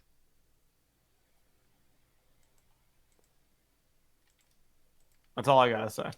That was my big point I wanted to build towards. That's what always has bothered me the most. No, I think that's Almost. a good way to put it. And also, yeah, learn from your past mistakes. Yeah, I don't like how people are saying that that's the moral from The Last Jedi. It kind of is. Not try. You only fail when you stop trying. Not only is that not original to The Last freaking Jedi, something that has no originality in a single bone of that movie's body, but you ever heard of a quote go, "Do or do not. There is no try." Because I'll tell you right now, that didn't come from friggin' The Last freaking Jedi. Came from a much better movie from the same universe. Bruh. Gosh, it's a hyper bruh moment, Eljay. I don't even know what that means. What is that? It's a hyper bruh moment. You're not even speaking my language anymore. I'm just flabbergasted. I'm stunned. Can we do Knack and Jay on The Last Jedi? No, we're not going to do Knack and Jay in The Last Jedi. What if I find some way to tie it into Bonkle? Can we do it then? How are you going to pull that one off? Here, I'll get back to which you. is better, Generation 2 or The Last Jedi? See, perfect! No, shut your mouth. We're not going to do that. Also, it's The Last Jedi for being what's worse. Oh, yeah, fair. Okay. Last Jedi is worse than Generation 2 Bionicle. See, there's a discussion here. There's a discussion No, we're not doing this. Okay, let's move on to some questions. I think we should bring it to 4. Seems legit. Nice curated question pool. Yeah. And I'm not saying that because I don't want to answer questions. I'm just saying that because we've already been running pretty long. Meso and I are coming off really exhausting days. So we're gonna go I'll say 5 just because I want to do 3 from patron chat and 2 from YouTube. Gotta give that patron chat favoritism, yo. Yep. It's important. All right. So go ahead and submit your questions now. I'm gonna do them in alternating order. I'm gonna do patron chat, YouTube, patron chat. That's 5. And we are going. Yeah, I know. I said 5. Okay, fair enough. Why not Bro. make it 6, like 6 total? Why not make it 7, like lucky number? Okay, no, we'll keep it the 5. Just keep going endlessly. In the meantime, I'll read a comment while people post. It says, Yeah, go for it. Igni208 says, I'd just like to say I enjoy this new podcast series of yours so far. It not only provides some unique perspectives on Bionicle and its community, but also sheds light on some more niche aspects of it, especially today. Thank you. I'm very glad. That means a lot. And honestly, this has been a lot of fun to do as a series. Yeah, it has been. We're the 2 people most passionate about Bionicle still, so like we can very easily we can riff on it a lot. But no, we're gonna keep going. I want to do more niche stuff because I think it's cool. I just don't know like I will be upfront. A lot of our future topics are much more like Bionicle centric rather than community centric. Maybe we can brainstorm a few more like community episodes to throw in there just so people don't get bored, you know. So we'll see. But thank you for the comment. It means a lot. We're trying our best to create some content that people can still find, you know, interesting in this post bonkle landscape, and it's even more important as we go into Copa, whatever, and how that's going to affect us. We want to have some consistent series that people know what to look forward to about our core content. All right, question time. Also, first one. Here, hang on. I send you something.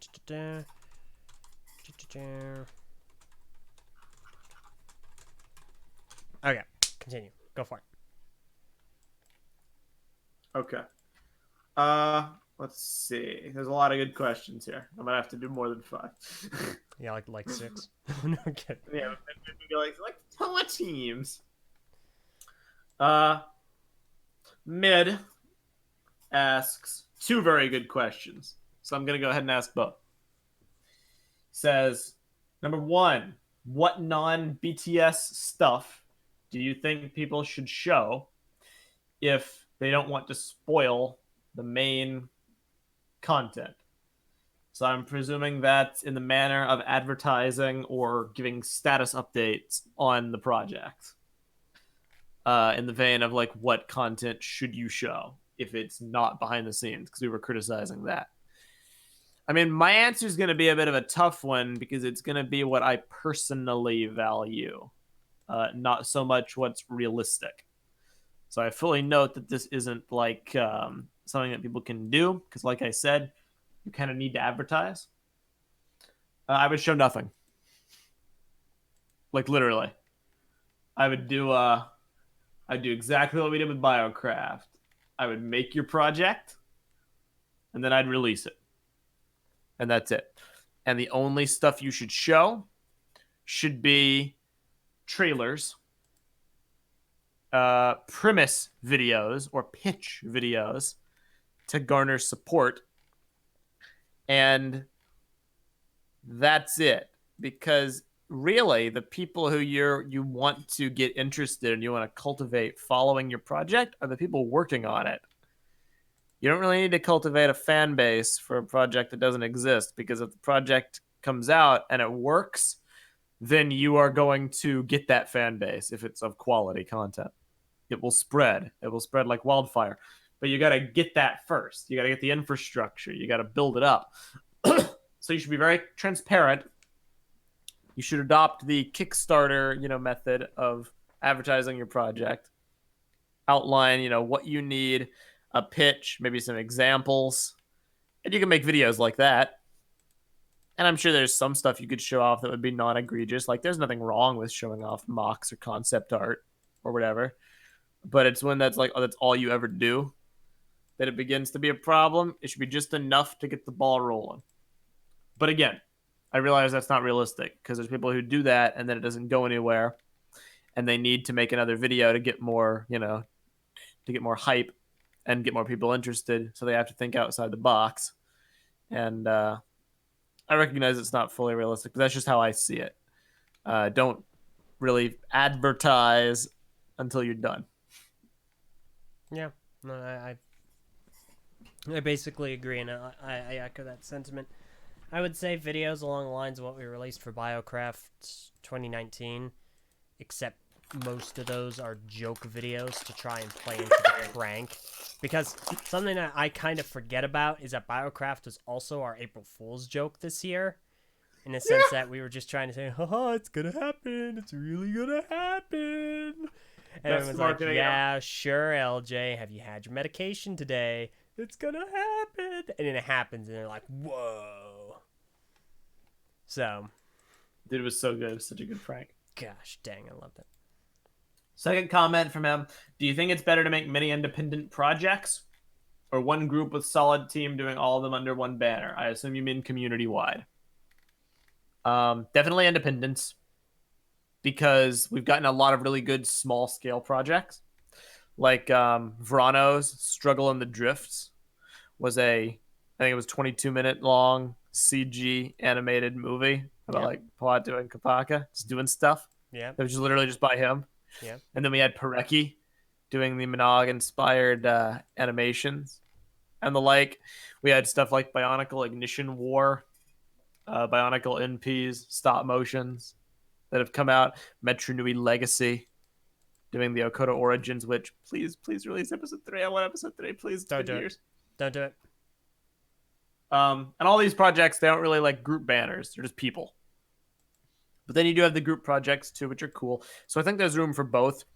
But if you tried to unify the community under one banner, which is what certain groups have tried to do in the past, very strong on like community unification, it starts to you start to lose that. I guess you start to lose that personality, Yeah, and you move towards a single thing, which can be bland because the Bionicle community is very diverse. yeah. It's like one of the most inspirational quotes from Bionicle 2004.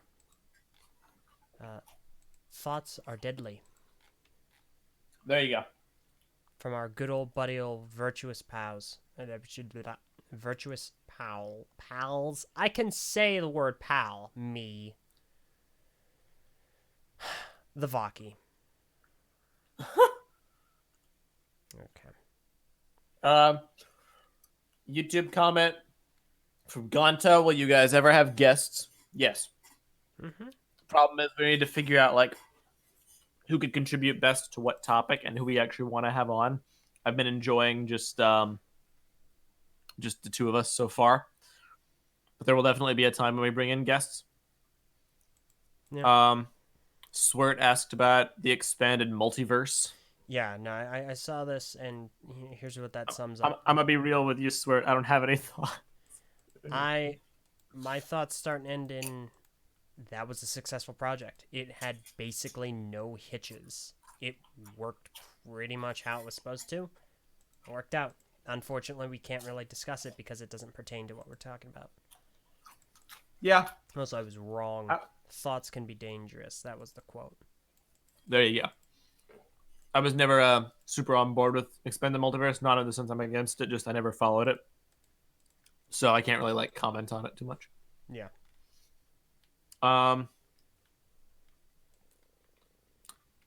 Now, we'll do back to patron chat. Let's see. Also, I do agree with what you were saying, and I also agree with what Diggy said. Conflicting visions are deadly. That's accurate. There you go. It's very accurate, which is why it helps to have a unified vision or someone that has a strong vision that other people want to carry out. Uh-huh. Voravax asks, what kind of fan projects would you guys like to see in the community now? Or perhaps better said, what type of projects do you think the community needs? You can go first on this one. I gotta think. What projects do I think the community needs? Mm-hmm. Um. Uh. I don't really know if it needs anything in specific. I think that projects which. I mean, that's a tough one because I don't really know if a community necessarily needs any given project. I think, if anything, I think it needs good projects. What I mean by good projects, I mean things that can engage people. Things that kind of remind us from time to time, wow, this is what really brought us to enjoy this franchise or this theme. Things that we can look back at and go, was that not just released when Bionicle was still going? Because it gives me those same feelings. Stuff like that, like Perry's animations, like Verano's struggle in the drifts, stuff along those lines. I think projects that engage and cause people to kind of reminisce and realize, yeah, now I remember. This is what I really liked about this. We could always use more of those. That's very inspirational. I'll be a bit more specific and like focused because there is something I would like to see, but I will admit it's hard to do. I would like to see a Solus Magna style project. I would like to see a Bionicle continuation project. That is what I would like to see. The trick with that is it's very hard to escape the fan fiction vibes. And I mean that in a negative context about how people view it. You know what I mean? Mm-hmm. About trying to continue the story with new characters or old characters.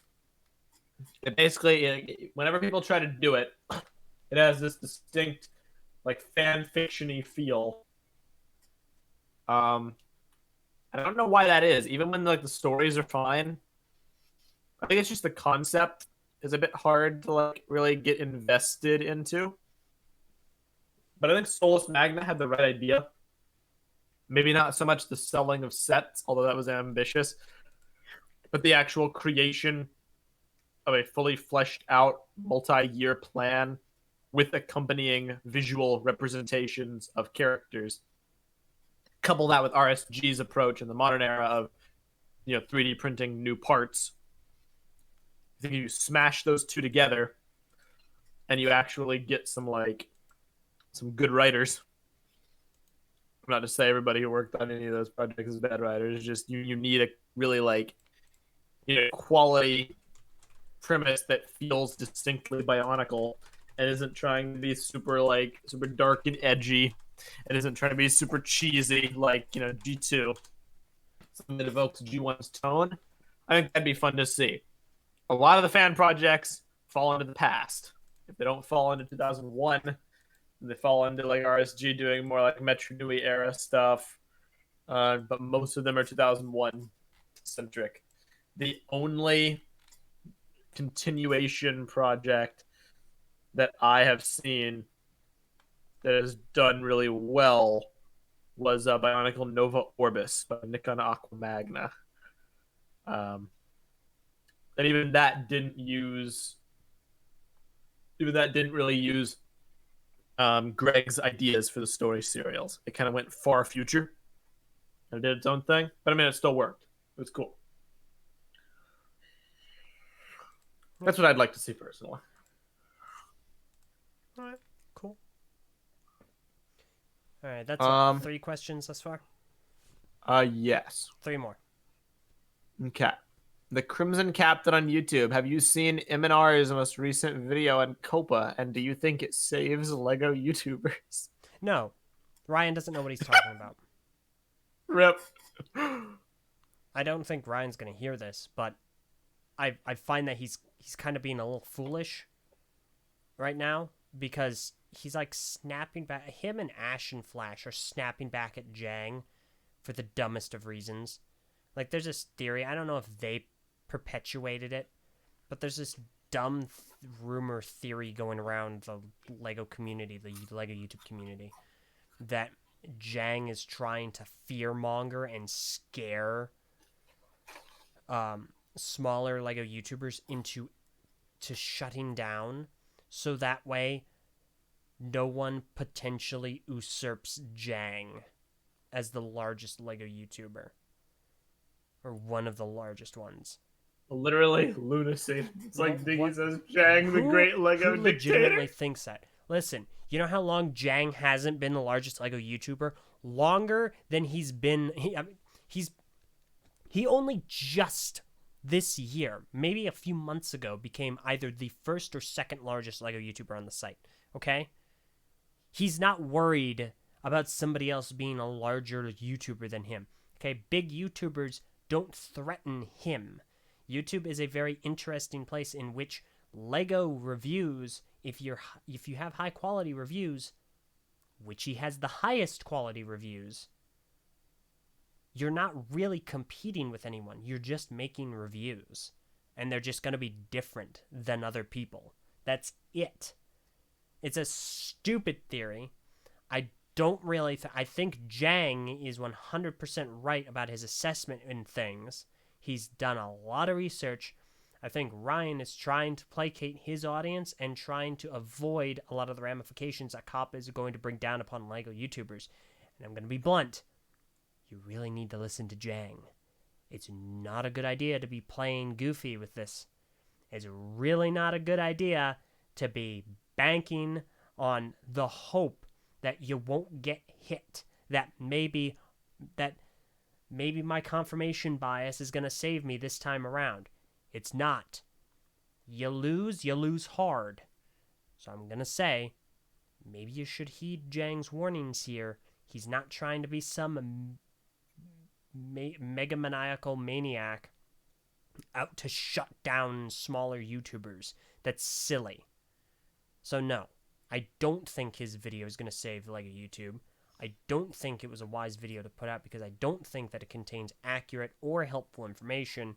And I really don't think that anything regarding this spat is going to be anything resembling helpful. Listen to Jang's videos. They're where you're going to get the best idea of what to expect from this for Lego YouTube. Yeah, I haven't even seen the videos. Yeah. So I won't I've seen Jang's, I haven't seen the other people's or M&R's. I don't know who all made them. But I have no interest in it. I have no interest in muddying the water at this point. Because look, the reality of the matter is, it's like you said, it's a gamble. And if you lose big. Is there a chance that there are gray areas? Is there a chance that Lego, might still be able to survive in some manner? Is it possible? Sure. It's possible. It's possible this was all blown out of proportion or whatever. But it's probably not, based on everything we've heard and every logic we've heard. And the reality of the matter is that if you try to fight it, you're on the hook. And the FCC has made it very clear that they will be making examples out of people. So do I think they're going to go around and they're going to sue little Timmy with 100 subscribers for $44,000 and bankrupt him? Not necessarily. But I think they will target people with pre-established fan bases to make examples and to scare people off from doing this, because the reality of the matter is they don't really lose anything from doing it. They have very little regard for content creators or the gray areas. They're looking to make a point, and they're looking to get money, essentially. That is their philosophy going into this. So I don't really think trying to figure out loopholes by virtue of casting doubt upon cautionary logic, by virtue of conspiracies about popularity on YouTube is really the way to go. I don't really have much patience for that. It's not even really worth discussing. So, yeah. There you go. Okay, next one. I can feel the fatigue setting in. Dude, my throat is killing me. Oh, boy. All right, next one is from Sakota. Says, does a fan project not going anywhere really hurt anyone? as long as people have fun working on it and expectations aren't too high. Literally, no. Yeah, no. At the However, end of the day, it's that one caveat if expectations aren't too high. yeah. The fact of the matter is, the fan projects are supposed to be either just for fun or something you do with other like-minded people to express your love for Bionicle. I had fun making OG BioKraft. I really enjoyed building the island. I really enjoyed filming. It gave me a lot of good memories. I got to hang with my friends. I got to make Bionicle jokes. I got to, be a part of something. And I was very bummed that it didn't come out, but it's not like I regretted my time doing it. And I mean, looking back on it, we learned a lot from it too. So it was a net positive, even though it was a failure. But it is about it's about how long the project goes on and about the expectations. Like you said, I think those are the two big things. Like if it's just a casual thing you and your friends want to do and it doesn't work out, I mean, that sucks, but it's not like you can't do something else. It's not like you really put a lot of time into it. And you can still get some fun from just the process of doing it and enjoying Bionicle. It's when things go on for so long and you put so much of your spirit into them and so much of your time and life and money and resources, and then you bring other people involved, and then you advertise it as something cool, and you have like a subculture, and you have a community built up around it, and then it just kind of fizzles out into nothingness. Then it's kind of like, well, I just wasted all this time, and I wasted other people's time, and I wasted the people that followed us. I wasted their time. And that's what a lot of these projects that we've talked about today kind of did. Because it wasn't about fun. The people didn't leave the project feeling, fun and enjoyment and camaraderie. It's like Crunchbite said, BNG ultimately devolved into day-long discussions about how BNG failed. And that was the vibe that people, left with from that project. That was the impression people got, and that's a bummer. That's a bummer that that's the legacy of that project. So the answer is no if you don't let it. If you have that mentality that you don't want to have super high expectations for fear of disappointment, you just want to do your best. You want to put in the hard work, but you want to have fun as well. If you have those goals, then no. If it doesn't work out, that's life. You can still learn something from it and you can still have fun. Yep. All right. Last one. Oh, perfect. From Maniac for Bricks. Joey. Is that Joey? Says, question. How do I settle my head after today's tumult about these project stories? Sounds less optimistic than I imagine. I think it's important to close on this note because I imagine some people might feel that way listening to this. Who might be working on their own project, who might want to do something creative, and they're put off by these horror stories that we've been talking about. But it's like we said, other people have learned these lessons for us. We don't have to repeat them. We don't have to learn them ourselves. There are ways that you can go about things, even if they don't work out, to where if you want to do something for the right reasons, if you want to do something because it's self-expression or because you're artistically or creatively inspired, or your passion for Bionicle and the community wants you to create something that will help the community, that will bolster it, or will help keep the torch of Bionicle lit. If you do that and those are your goals and those are your ambitions, or even if you just are getting into Bionicle and you think it's neat and you want to do a series about it or a show about it or video or something or other, just to be like, hey, this is cool. I want to do this because it's fun. Like, if you have that mentality about things, it's very hard to fail.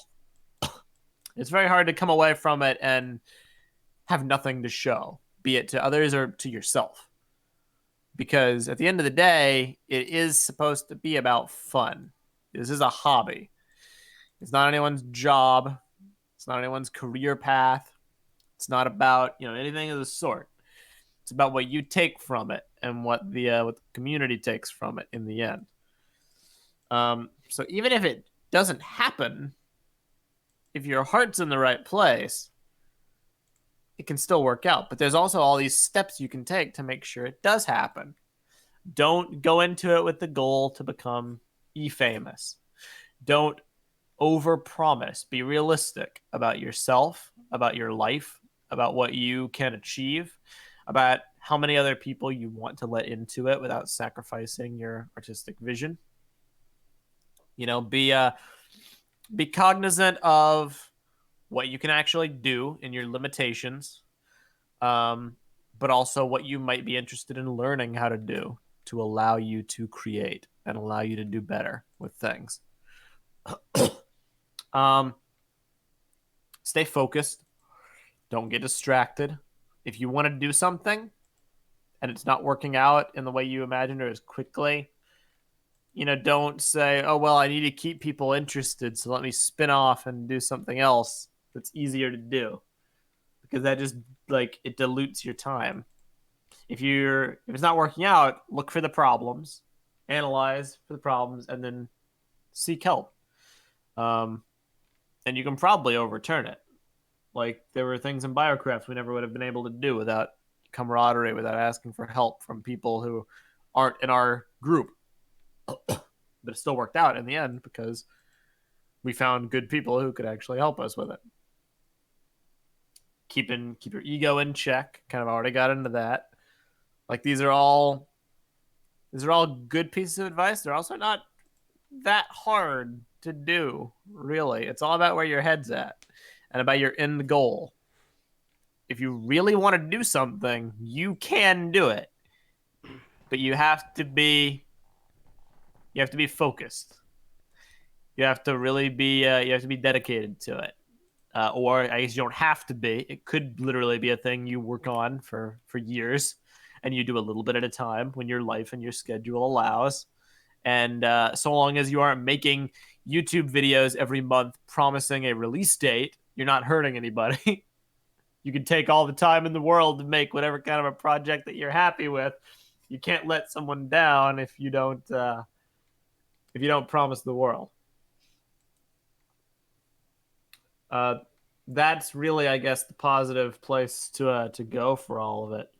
And that's really all I have to say on the matter. Is just look at the Bionicle community and the state it's in. Look at what's worked and what hasn't, and just don't repeat the mistakes. But if you have enough determination and force of will, like, you're capable of doing anything. Like, B&G could have made those movies. It might have taken a long time, but they could have done it. It would have just taken a lot of work because their project's goal was very ambitious.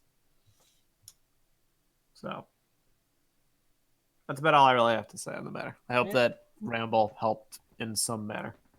Yeah. I can't really add on to that. Nice. Oh. In that case, let's talk talk about The Last Jedi.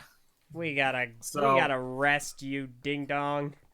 So I think it's very important to discuss why Rose is a terrible character. Thank you, everyone, for listening to this episode of Knack and Jay. Hopefully you enjoyed. You were bested by a girl who had never held a lightsaber. You failed! Places to go, as Kappa is about to affect us very negatively. First, there's the Patreon, patreon.com/TTV channel, where for as low as $1 a month, you can be a part of our Patreon chat, listen to us very, very live, and interact in a unique manner, and also help contribute to our stretch goal of 100 patrons so that we can have a full-time Minecraft server with factions on the island of Matanui in Minecraft. Second, this is how we win, not by fighting what we hate, but by pledging to the Patreons we love. Then there's the TTV message boards at board.ttvchannel.com, which you have to be 13 years or older to be a member of. If we find out you aren't 13 or older, then you will be banned. It's a fun place. just read the rules and you pretty much all good to go. Greg Farshty, the author of many Bionicle and other Lego novels, is there asking questions or answering questions. So go ahead and head on over. We also have a topic, Top 10 TTV Channel Moments of 2019, where you can submit your favorite moments from the past year and contribute to them being a part of the Top 10 Moments list. And we'll have a couple other topics like that coming up pretty soon. That's basically it. That's all. Yeah, that's it. I can't even think of any more Last Jedi memes. Yeah. So hopefully some people got some good advice from this. Yeah. Yeah, I mean, this is how the torch keeps alive, keeps lit, rather, in the community. It's just about expression. I think that's the more constructive route to go. Even if your thing amounts to nothing more than just like a 5 frame a second, stop motion on your living room floor about like, Tahu fighting the Ninjago characters. Like, as absurd as that sounds, if that's what you do, if that's what you find fun with, and if you walk away from that feeling like you had a good time and you contributed to the thing that you love, like that's the purpose at the end of the day. It's a hobby, it's fun. You don't have anything to prove to anybody. You're not gonna get like, not everybody's gonna get famous, not everybody's gonna make $1 million, but it does all feed into a goal that at its core we can all relate to a little bit, no matter how old or young or jaded or optimistic we are. And it's the shared hobby, which is something that people from all ages and all capabilities can enjoy, whether you're like a 10-year-old kid or whether you're a 30-year-old animator. Like, anybody can enjoy it. Yeah. So just remember that. Remember the 22nd of December. All right, we're done. I'm going to start the music, Meso. Farewell, everybody. We'll see you all next week for another exciting episode of Nack and Jay. It's been a pleasure, as always. I'm Meso. And I'm Eljay. And farewell.